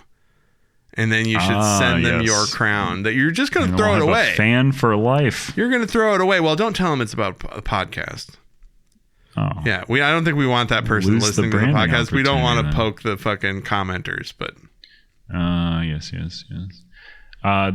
These are also new comments off of The Mandalorian and Grogu are taking over, and of course Larry's on this one and says I'd like them to take over and bring 2 for $5 Whoppers back. Hey buddy, he's back. I love that he's just like I will make these relevant to each one. He's never going to get it. They'll never have 2 for $5 Whoppers again, I don't think. No. But they're gonna do 2 for $6, and he's gonna be like, fuck you, and he's still gonna be mad. I can't wait. Yeah, they should do 2 for $6 Whoppers just because of that guy. Like if I was the social media manager at Burger King, I would do like a whole logistics package, like how much we would save or how much it would cost us to do the 2 for $6 Whoppers, and I'd name it like the Jerry Special or whatever his fucking name is. This will always be a little sad because his name's Larry. Larry. Yeah, the Jerry Special. In quotes. Jerry in quotes. Yeah. This comment on this one. What type of establishment denies a child a cup of water? Oh my God. What is going on? And with that, let's transition into talking about the fucking movie. Just unprompted. What kind of establishment place doesn't give a cup of water to a child? The Mando Whopper was great though. Best burger they've ever made. There was a really good comment that I was trying to find about how a Whopper used to cost $1 in the 70s or something, and they're like, now they cost $5, like however much they cost. I'm like, how dare they? I'm never eating this. This is a good comment.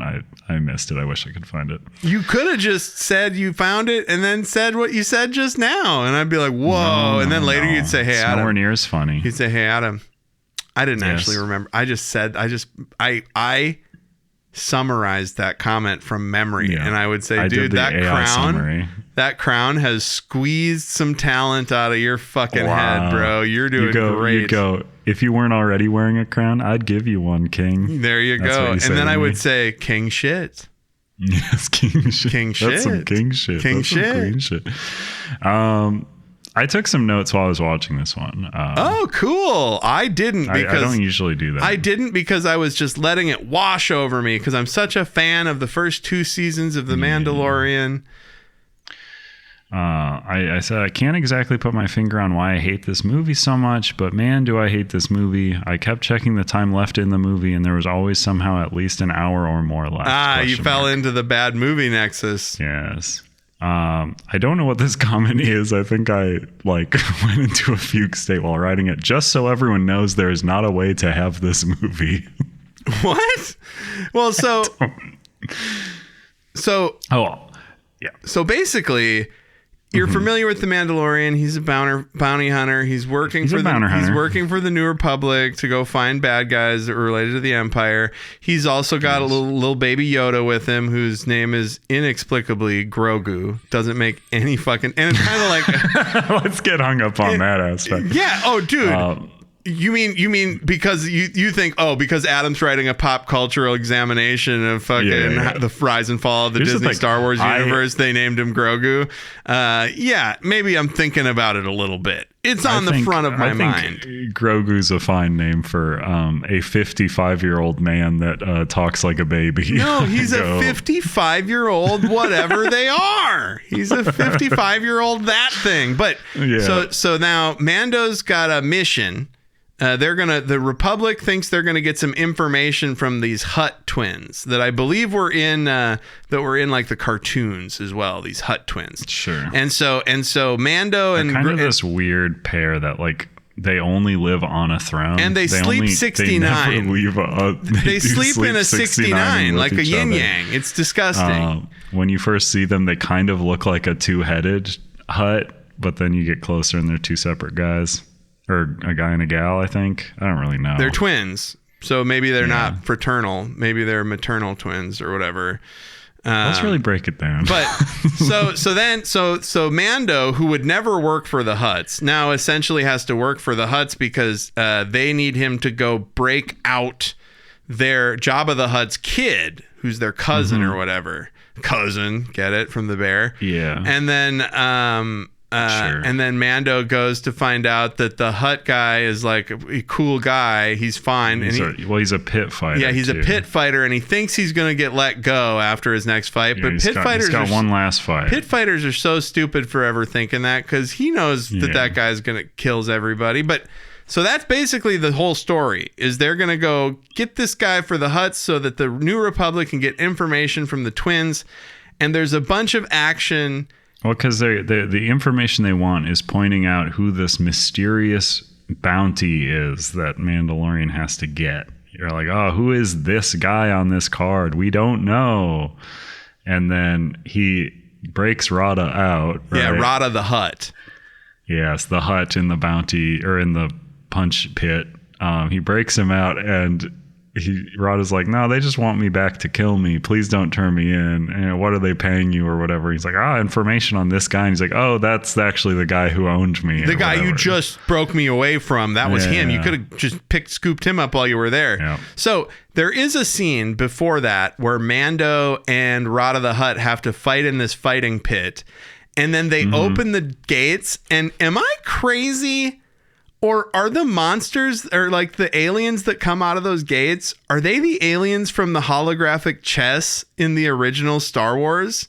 Did they all correspond to the fucking? Was that the gag? They had like little outfits. Like dude, one of them had the club. One of them had like a base or a basketball like jersey on. I was like, dude, what the those. hell I'm are these certain things? that those. I feel like if you look at the chessboard from the, because definitely the guy with the club and the face in the middle of his body. That like it made me. And then they kind of had like checkerboard on the ground, and I was like, are they referencing that fucking chess game? We'll never know because I'm not going to put any more effort into finding out.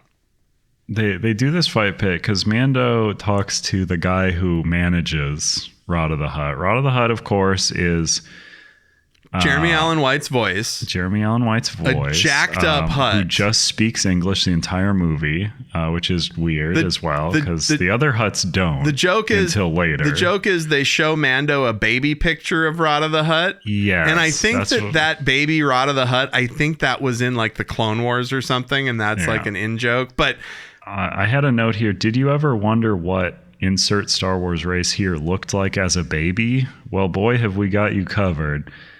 There's a lot of that. Because Baby Yoda, you get to see Jabba. the Hutt as a baby. You get to see Baby Yoda. There's a scene where Rada's fleeing from Mandalorian after the fight. Yep. Because he doesn't want to be taken in, and they're about to like collide with a baby Greedo. Yes. Baby Greedo. You're good. Good on you, man. God damn it, guys. Stop it. I don't care about these things as babies. Yeah, remember? It's funny, but it's stupid. Remember, we didn't care about young Anakin. We didn't care about young Darth Vader. We don't care about young Greedo. You glossed over too when he first arrives on the planet where he knows I glossed Rada over the is. entire story.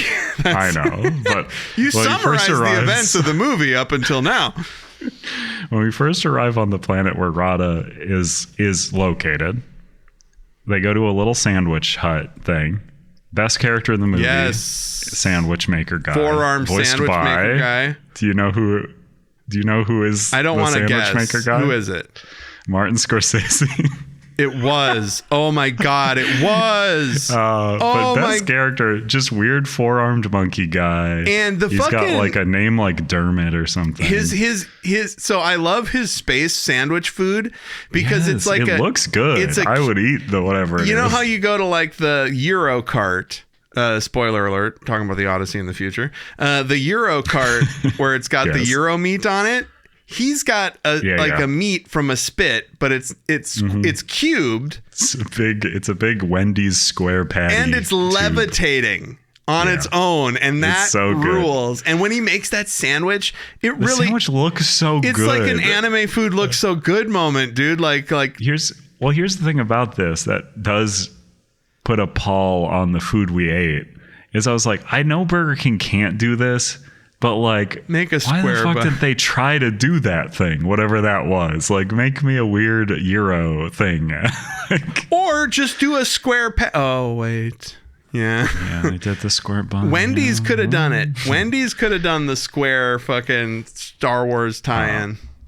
But I bring this guy up because Mandalorian's voiced by Martin Scorsese, a sandwich, and that's psychotic. He's voiced by Martin Scorsese. He's really good. He's good as this character. He's really good. I'm like fucking blown away, dude. What? Yeah. Grogu's like stealing chips from this guy's booth. It's like a good bit. But what kills me about this scene, one of the dumbest scenes in this movie, he puts a big coin on the counter and he's like, hey, that's a lot of money for this sandwich, dude. And he's like, yeah, and you can keep the change. I'm new here. I need a little information. He's like, oh, yeah, for that amount, I'll tell you whatever the hell you want, dude. Except anything you ask me. And he goes, I'm looking for, or do you know the Hutts? And this guy goes, shut up. We don't say that name. We don't talk about those guys. And he's like, here, you can have the sandwich for free. Take your money. It's on me. And he puts some more money on the counter and he goes, I'm looking for Jabba the Hutt. And the guy goes, oh, yeah. He's on that poster over there. Yeah. Everyone knows that. I was like, why didn't he just lead on Jabba the Hutt? Not good writing. And it's just like, why is he so scared? That's the Hutt he knows best. It's the one that has a poster next to his cart. And something else we glossed over was the fact that up to this point we have seen Sigourney Weaver as like Mando's boss. We have seen Dave Filoni as a fucking guy in a hat at the bar, wearing his Dave Filoni hat. We have seen Mando shoot a bunch of people with various things.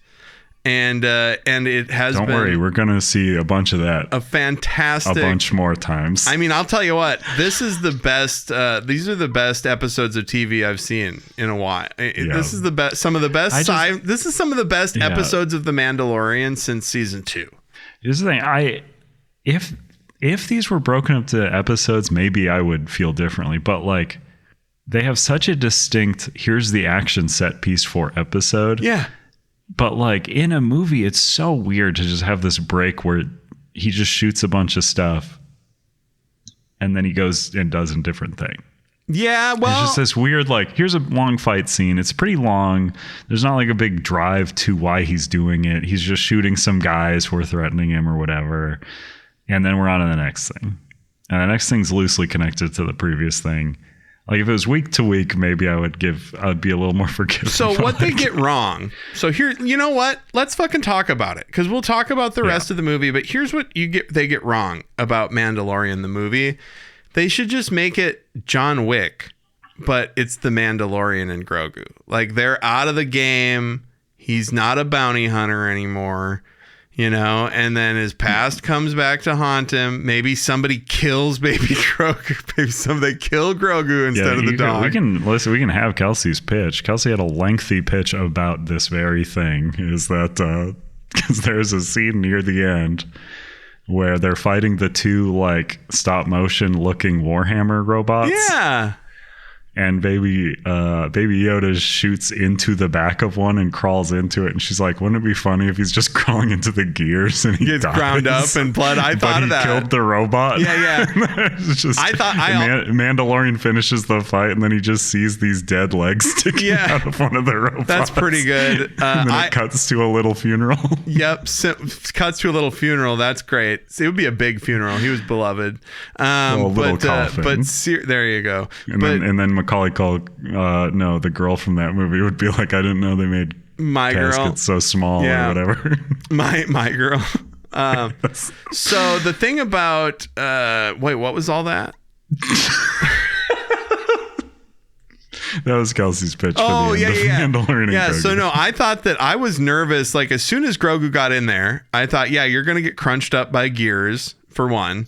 And number two, I was nervous that Mando was going to blow up that robot while Grogu was inside of it because he didn't know that he was in there. But they didn't go grisly like that. And I did like those robots. They were very much Chekhov's robots. You know how they like he walks by these huge battle robots at the beginning and you're like, that will never come home to roost. Yeah. So Jeremy, there's also right before that, the reason he's doing all that fighting is because the Hutts like betrayed him or got him and they captured Rada. Oh yeah, they captured them both easily. Stuff for fights. Yeah. He's about to shoot the Hutts and then they drop him into a pit. Classic Hutt bit. He should know. Drop him into a pit. He kills all the stuff in the pit, but then he gets like a scratch from a big white snake thing. That white snake thing looked cool, right? Like I thought it was cool. So that's the one thing that I want to get by, like, because I did like Mandalorian as a TV show for a while, and I think these would be pretty badass episodes of the show in context. But the one thing where they get a little bit bigger or quote unquote better than a TV show, the AT-ATs walking at the beginning, especially because like, I'm watching it in 4 or I didn't have it in 4K, but it kept jumping between. Did yours jump between the fucking aspect ratios? I just watched it and whatever it was up there. Oh, that's right. We watched the same thing.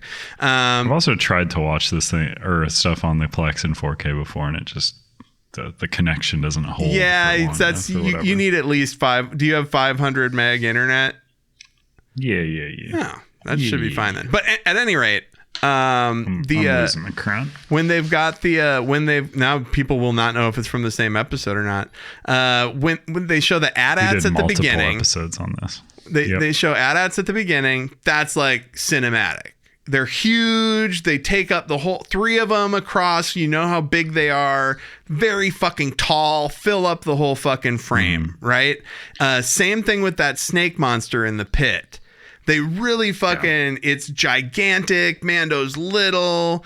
And yeah, so Mando fights this giant snake thing and he gets poisoned. And I forgot about the poisoning instantly. They said, because the Hutts were like, even if you escape, because they said, even if you escape, you still got the poison. And then I just forgot about it. And then later, when he tells Grogu, get out of here, kid. I'll see you later. And I totally forgot that he's going to die. He thinks he's going to die because he's poisoned. And here's me having just watched Possession before this. I'm just like, Possession, he talks about a story about how he followed his dog who was going to go die under a porch so that he could see like what the dog was going to do or whatever. And then like this is the scene. And I was like, one of these hits like effectively, and one of these is just like, I don't even remember he's going to die by himself. Such a little unpoisoned looking wound, you know, like, and so he sends Grogu and the little Babu Frick guys. Babu Fricks, who are, I like them. Honestly, I like them. Honestly, I mean, Grogu and Babu Frick, they've still got the juice and cuteness for me. My brain is smooth in the cute The little areas. puppets are good. Like, I like that they're practical little guys, or at least they try to make them look that way if they're not. They are. It works. It's good.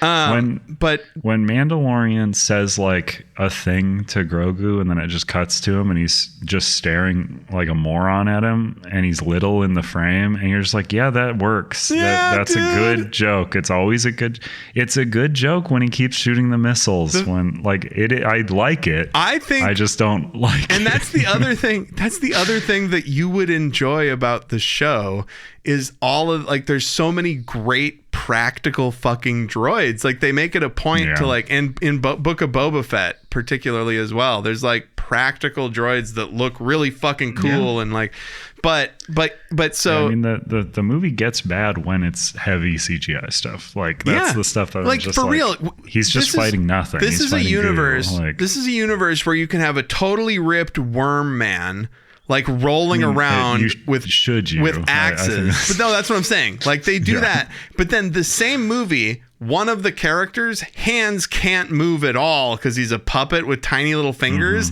And it just has to kind of look like he's going to grab something. And that's just as believable as Worm Man rolling around. You know, you don't need Worm Man rolling around. You have to give him like a baby voice because otherwise the way he holds things and does stuff. Hey, why can't I hold like these things? It's so hard for me to use my little claw. Why do my little hands work so bad? Why didn't I take the lightsaber from Luke when he offered it to me? That's the thing that happens in Mandalorian season 3. Grogu trains with Luke. A CG de-aged Luke. And then Luke gives him the choice. You can either go be Mando's protege or you can become a Jedi. And Grogu chooses to not be a Jedi and go hang out with Mando instead. And also Grogu's the most powerful Jedi to ever live, right? Mando knows that Grogu can heal wounds. And he doesn't ask him to heal his wound. You know, like, I don't know if that's the thing. I don't know if he knows he's poisoned. He does. He tells the Hutts tell him.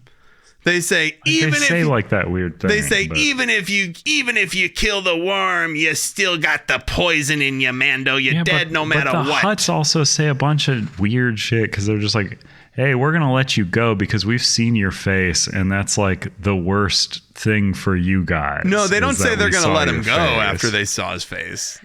Well, they're like, we're not gonna kill you because you'll get shunned by your people or whatever. And then he's like, not if I kill everyone in this room. And then they drop him in the pit. I almost suggested, I think you've got to go rewatch that scene. Trust me, I won't be rewatching any scenes. No, that's what I'm saying. That's what I mean. Like, yeah, because is very funny about this movie, right? Is when I was watching it on the Plex. I don't know if this. I'm almost certain this is an experience no one else will ever have. I was watching this on the Plex, no subtitles on, no subtitles. I don't need subtitles on my movies. Well, not bragging. It honestly just distracts me more. It's the opposite. Yeah, I know. We've been over this. You don't like. You think it's disrespectful to have to read while an image is happening. I would rather not. That's not what they intended, unless it is. And usually they aren't. But the first scene where he is talking to Rada in the cage, right? Rada's getting massaged by massage robots. Oh my God, the massage robots. I love it. Massaging the worm. Rada starts talking and like the text on the screen is like, get him. Like, and I was like, are they because Rada's speaking in English, Mando's speaking in English. Are they speaking in code to one another? And it's like, I'm not young anymore. And I'm just like, huh. The subtitles were weird. Why are there suddenly subtitles here? There's subtitles on the screen. They're both speaking English. There have not been subtitles anywhere, and there weren't after. Help us out of here. We're going to die. And there's a line of Jabba is not here to protect you anymore. And I was like, what the hell is all of this? And it turns out, because I didn't even clock what these possibly were. That's I was the just robots like, this is talking really to each weird. other? No, this is... Kelsey pointed this out because we watched the last 20 minutes together, and then I showed her that scene because I thought it was so weird that there were subtitles. Those are the subtitles that the Hutts are speaking at the end of the movie. So it's just a huge spoiler for the end of the movie, like right at the beginning. That's kind of funny, dude. It's so weird. It's just I thought because, they were like, it's because because they would subtitle what the Hutts are saying when they're speaking Huttese. And that's just the track was mixed up. But yeah, no, I didn't have that experience. I watch everything with subtitles because I don't want to have it so fucking loud that I can hear every word that they say because I can't hear shit. Because when my phone is like, you've been using your earbuds too much, I'm like, go fuck yourself. But yeah, so Mando's poisoned. And then there's a whole, so an hour and 20 minutes in, Mando's saying goodbye to Grogu. Mando's going off to die. Like he's like, I'll see you later, kid. It's very good. Grogu hovers the log thing. Yes. Is this where you're? Yes. Yeah, so then I pause and I go, I see how much time is left, and I go, okay, so what the fuck is gonna happen here? And then there's 20 minutes of the movie that is Grogu building a hut to keep Mando's body safe while he works the poison out.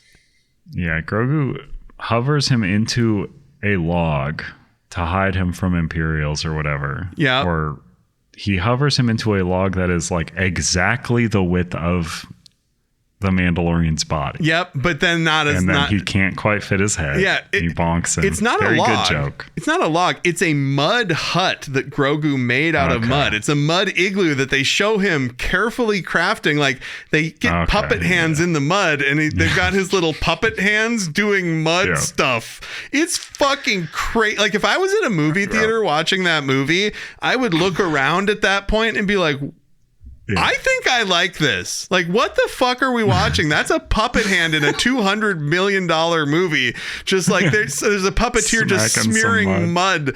And so Grogu makes this igloo. And yeah, that's the best gag in the movie is he slides. It's not quite big enough. He levitates Mando in and his helmet bonks the inside of the thing. And I just hit the mic. Keeps bonking it, trying to fit him in. Yeah. And he can't. Then he just covers his feet with sticks.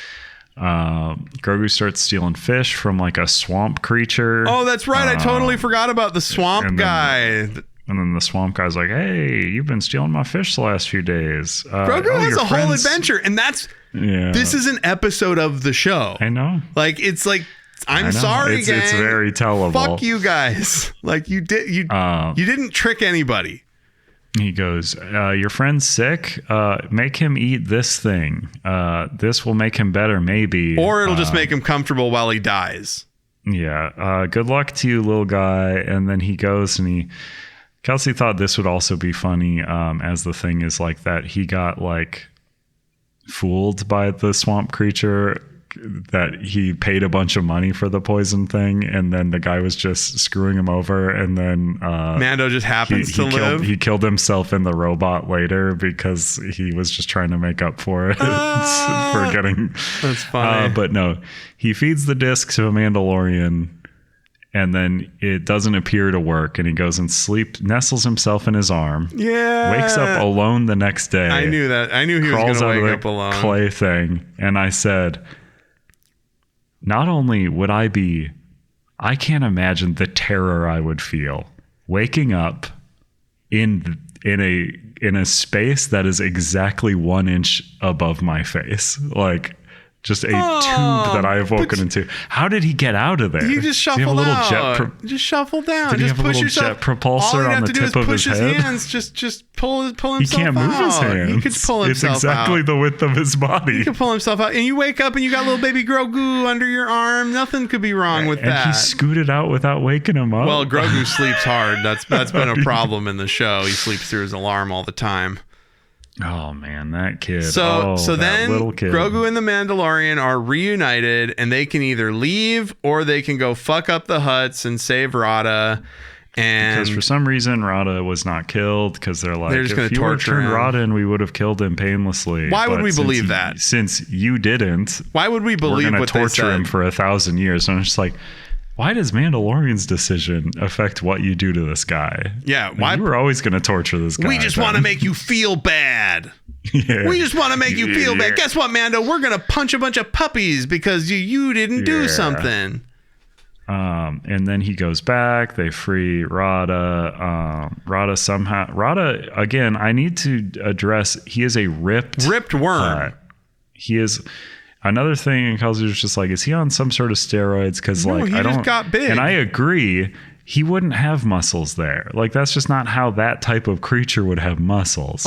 Like, it's just, those were human abs on a worm. Like, and then also, I was like, are those popcorn muscles? Because he's fighting the other Hutts and they're like beating the shit out of him. Yeah, right? Like, they must be like, fake. what are those for? Like, must be just for show, if you know what I mean. Put on a good show muscles. For the fights, you know? You look like, because that's what people want to see. He's like, this is what people wanted to see in the fighting pit. So I had a plastic surgeon fucking fix my worm body. Yeah. Oh, before we get too far away, at one point they unleash these water monster guys to kill Mando and other people. Oh, those guys rule. Those are the most Dark Souls monsters in the world. Yes. Oh my god.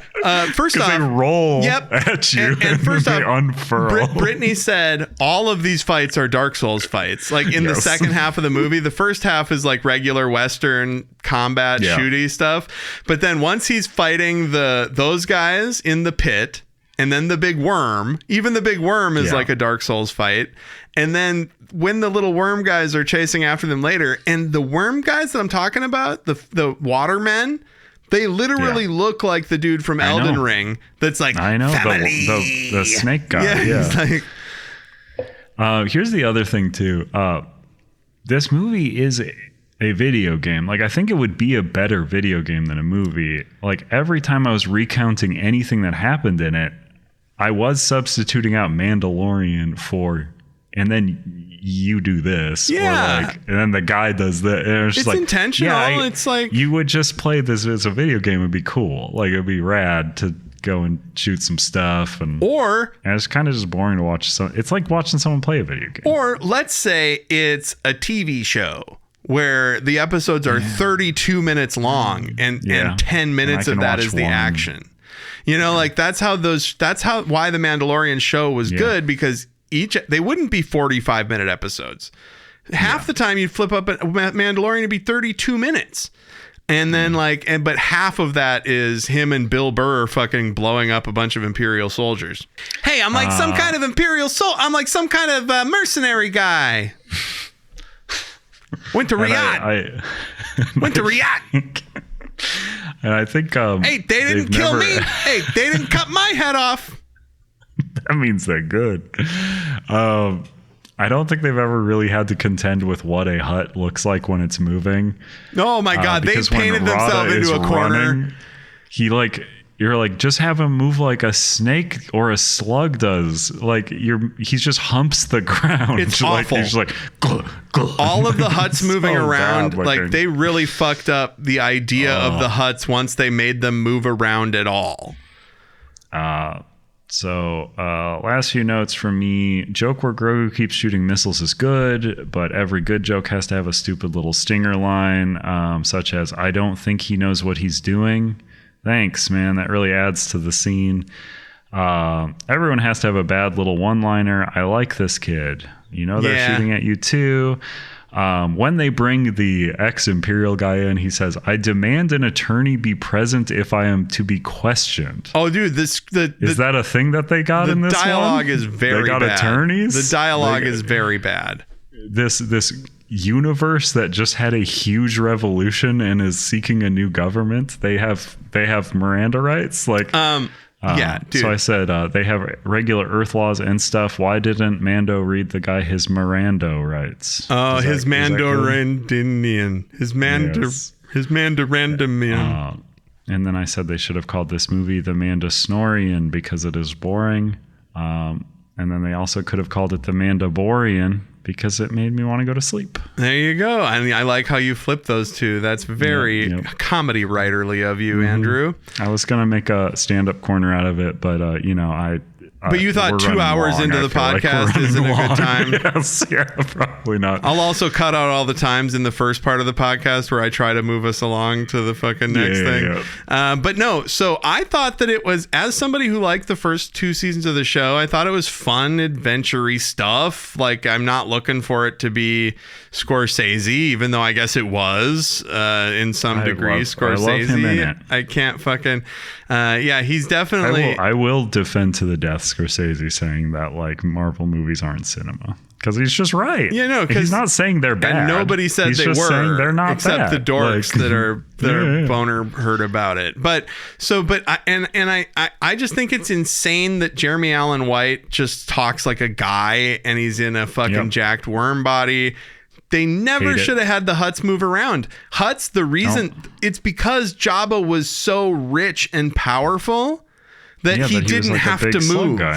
Yeah. Like, that's like, because, in fact, it would have made more sense if all of the other Hutts were like small, regular sized worm people, like the monsters that chase Mando at the end. Like, that's what a Hutt looks like when it hasn't gotten fat on its own power. But instead they went, no, they're all weird fucking worms inexplicably. Well, that's the thing is like, because a fan wouldn't recognize them. And then if Grogu doesn't talk to Luke Skywalker at some point, is he really from Star Wars? You would hate. I'm thinking about all the stuff from the Mandalorian and the Boba Fett series that you would just fucking hate, dude. Like, oh man, there's so much young Luke Skywalker face. That's just the thing. It's just like, it's wild to live in a like the world of Star Wars, which is like galaxies and universes and like, but everybody does have to sort of meet these same like 6 people. But that's because they're the most important people in the world. It's like a Final Fantasy game. World, it's like a Final Fantasy game. There's all kinds of people in this world, but you only care about like the 6. But it's like if every single person in every Final Fantasy game like eventually had to meet Cloud. Like that is more what it's like. You were making what's a good the point. Big one? I made a different point. We have point. to go talk to Cloud. Like, I mean, it feels a bit like Kingdom Hearts, honestly. We're like, everybody's got to talk to that boy. And now that they're even rolling in stuff like Zeb, the character that's like Mando's sidekick for the first half of the movie and then disappears until the end. I hated him. He's from the way he looked. Star Wars Rebels. His face is really bad in this. His face is bad. He's actually a good character in Star Wars Rebels if you like cartoons. Like, Star Wars Rebels is good. Yeah. But I like the hunter that's hunting him. He's from his weird, he's from Clone Wars hat shield thing. He's from Clone Wars. I don't like his weird dog rat thing. Yeah, that's stupid. But he's cool. Yeah, and so it was just, and then it just ends with, hey, everything's fine. Mando and Grogu are Sigourney Weaver's favorite. He's going to take a vacation, basically. Riding off into the sunset after 10 years of making a television show and one movie. Hey, Grogu, I'm going to teach you how to use this again, I guess. I'm really going to show you how to fly this time. I guess. Your turn to press the correct button. It's good that he doesn't press the correct buttons. Well, let's let's open up the Movies Over My Hammy Pentagon. We're going to pour glass on the ground in there. And then we're going to light the top of the fence on fire. So there's nowhere that Burger King or Mandalorian and Grogu could possibly find any respite from their pain. Well, they duke it out. Burger King would probably love it with their flame broiled burgers. Yeah, Burger King. You can tell they're little fucking pain pigs. Yum, yum, yum. And Mandalorian will just huck a little electric rat thing at the flames and it'll short circuit them all. And then all the monsters will go eat all the people in the audience. And they're like, why didn't we ever think this could happen? That's pretty fucking... Why did we not put the lasers over the whole top? Because one of these freaks could probably just jump straight up and into us if it wanted to, probably. It's probably Dude, not I like to not... You 2 can't really inches think about of that laser. stuff. You can't really think about how lasers can cut through anything, but and any laser shot anywhere in a bad guy makes them fly backwards and flip over and shit. But yeah, so... Yeah, it's like a big bullet. So lasers are like big red bullets. That's basically what they are. That are variably painful depending on the circumstance. Single shot laser gun that Mandalorian's using at the end of the movie, and I was shooting a bunch of guys who were shooting him with automatic laser. I was like, what the hell is this? Is the one you chose to bring here for your big confrontation? Is the bolt action laser gun? Thank goodness you said that. Yes, you're right. That's very stupid, right? But it's like brought this powerful sniper rifle to what was going to always be a close confrontation. Did you not think that they were referencing Gizmo getting ready to go fight bad guys in Gremlins 2 when they showed Baby Grogu putting on his gear and getting ready? Oh, absolutely. And they're really saying he's like Mando now because Mando said you got to check your gear. But we all know that was a reference to Gizmo, not just the movie itself. So they're gonna have him put a like flaming marshmallow on an arrow, or what I always thought was a flaming marshmallow as a kid. But it was whiteout. Whiteout. Yeah. Appearance. What looked better, the movie or the food? So I'm going to give this to the movie, but it's close because I had to watch this movie in 1080, so I couldn't see what the fuck was going on. I had no idea. It was basically like trash. Just colors. It was like color soup. I don't know. It's all gray. It's fine.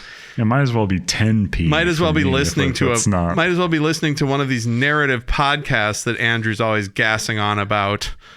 Yes, I'm always gassing on about it. That is what somebody who's into narrative podcasts would say, because most of them are from the UK. I'm very funny. The food looks pretty boring. It's all just brown rectangles and like circles, which is fine. The cups. That sounds like cool. a Nathan Fielder restaurant. That sounds like a brown circles and rectangles. The cookie shake looks good. All the packaging is honestly pretty cool. I did like in the Star Wars language thing. Like that stuff was neat.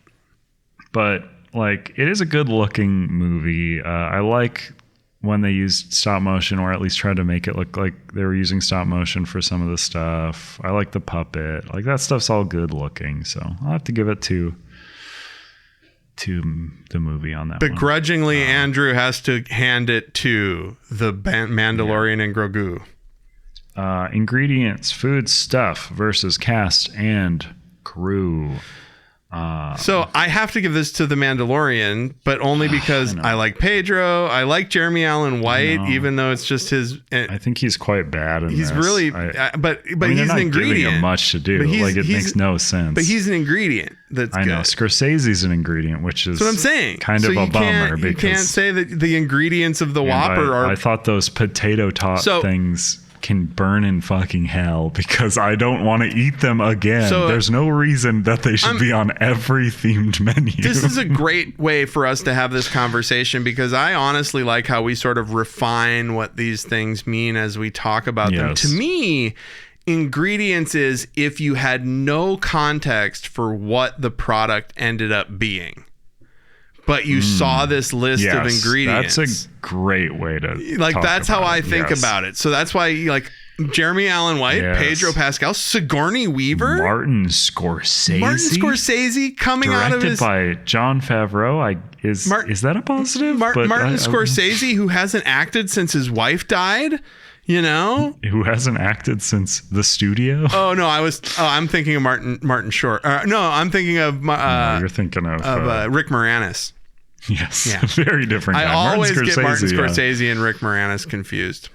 Yeah, Rick Moranis directed The Taxi Driver, of course, and The Departed. Yeah, I'm from that universe. That's my Mandela effect. That's your Mandalorian effect. Yeah, you did it right. I didn't have anything. But yes, ingredients wise, I do respect that like everything on this Burger King menu is in some ways a new item. Yes, we got to at least hand it to them on that. We complain about that all the time. The fries at least are in some sort of the garlic chicken fries are at least in like a different type of batter. The sauce is different. I do hate chicken fries on the whole. The Whopper had a different sauce. The tater tot things were exactly the same as the SpongeBob. We always cry. They were vile both times. We always cry. Oh, they didn't even do a special sauce, and then they give us a special sauce, and we're gonna shit on it still. Yeah. No, Burger King does the thing. Mm-hmm. I just don't. Maybe I'll feel differently the next time they roll the next one out. Oh no, we're never doing it again. This one was quite bad. I'm on your team. Writing, movie script versus product tie and copy. This one's up in the air. I'm gonna give it honestly. I'm gonna be a little scamp and give it to the tie-in copy because I felt like the tie-in copy was more effective as tie-in copy than I thought a lot of the dialogue was in propelling the plot. I would agree. Some of the shit they said to each other in this fucking fun movie. Packaging and epic Star Wars offerings. Yeah, dude. So yeah, barbecue bounty Whopper. That's good. That's good old fashioned. BBW fun. Barbecue bounty Whopper. BBW. BBBQ. No, barbecue is one word. I know. Okay, and then how did it sit with you? Did it leave you thinking versus did it leave you pooping? Honestly, I think I'm going to give this one to Burger King because for good or bad, I'm going to be thinking about this meal for longer than I will be thinking about this movie, which I think will leave the crevices of my brain quite quickly. I think the movie, and it's so funny because like this category is weird because did it leave you thinking or did it leave you pooping? Are we supposed to say one of them left us thinking and one of them left us pooping? It's never like a one or the other, dude. I just realized now that this is a fucked up category. Yeah, this one's more like, hey, did this thing give me diarrhea? Which one gave me diarrhea the least? Did this this is how I've always looked at it. Will I think about this thing more? I do like the shake. The cookie shake was good. Well, here's the thing. I have this cup to remind me of my... The Mandalorian left me pooping theoretically because it made me feel bad that they fucking shit all over something that was good TV because they felt like they had to cram it into fucking movie theaters for no reason. Yeah. And then it basically fucking flopped. So fuck you. Yeah. Just make a good TV show. That show, The Acolyte, that all the fucking woke scolds, or not woke scolds, all the reverse woke scolds were pissing and moaning about. All the anti-woke scolds. The Acolyte was like a good, fun action sci-fi show. It was like it was fucking good and fun and cool and full of action. And Skeleton Crew was probably really good too. No. We all watch all of these things. Watch, that's just it. I didn't arbitrarily watch everything. I was like, what might be cool? And Acolyte was good, and the shit that was good doesn't get made again because of like you could make this stuff so much cheaper and have so much less risk, but whatever. Yeah. TV shows. Be a TV show. You left me pooping because you're not a TV show, so I give that to Burger King. And then there was one more that To My Taste. I would also give that to Burger King. Yeah, you said that. I think I said that. Yeah. To my taste.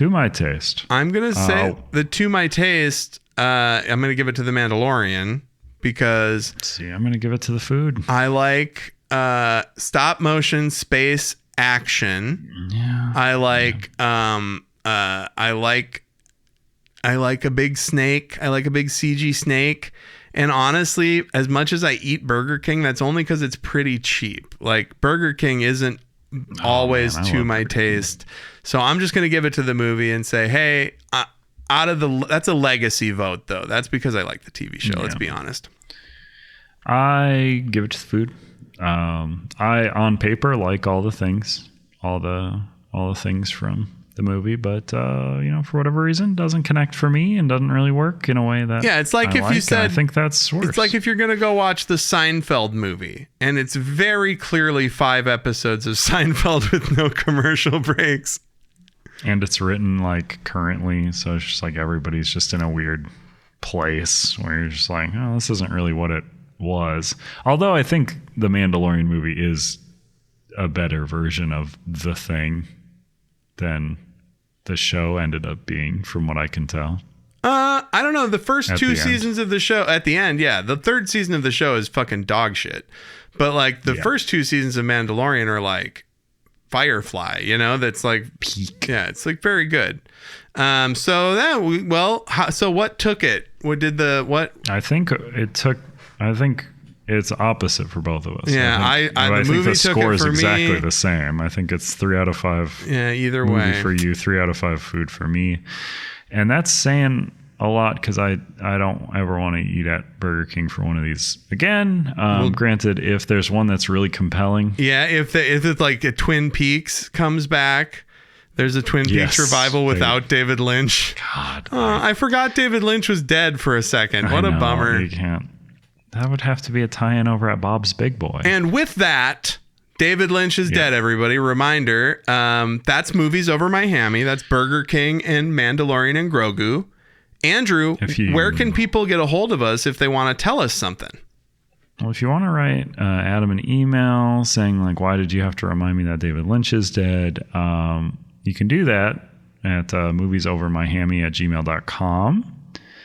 You can also leave us a 5-star review with a message such as, Adam reminded me David Lynch was dead. Tummy. It made me sad, but, Tummy we would love to see Tummy in a review. My dad sent me a text that just said Tummy.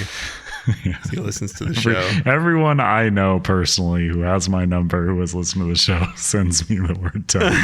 Hey, there you go. We're getting out there. I do like that is still my favorite comment. But yeah, you can email us at moviesovermyhammy, all one word, at gmail.com. Leave us a review. That's all in the bumper as well. I don't know why I just repeated that shit. I'm sorry. It's okay. You're on stuff. I'm coming down off of my steroids now. So come on back next week, gang, when we're going to talk about something else entirely. Oh, boy. And I'm looking forward to it. Bye. Bye. Was I supposed to be recording?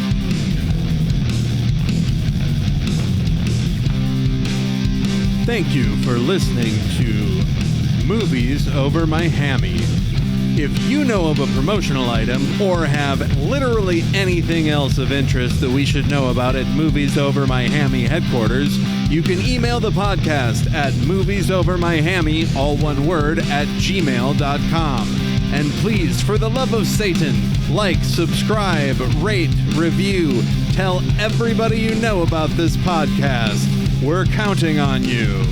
Everything is going to be okay.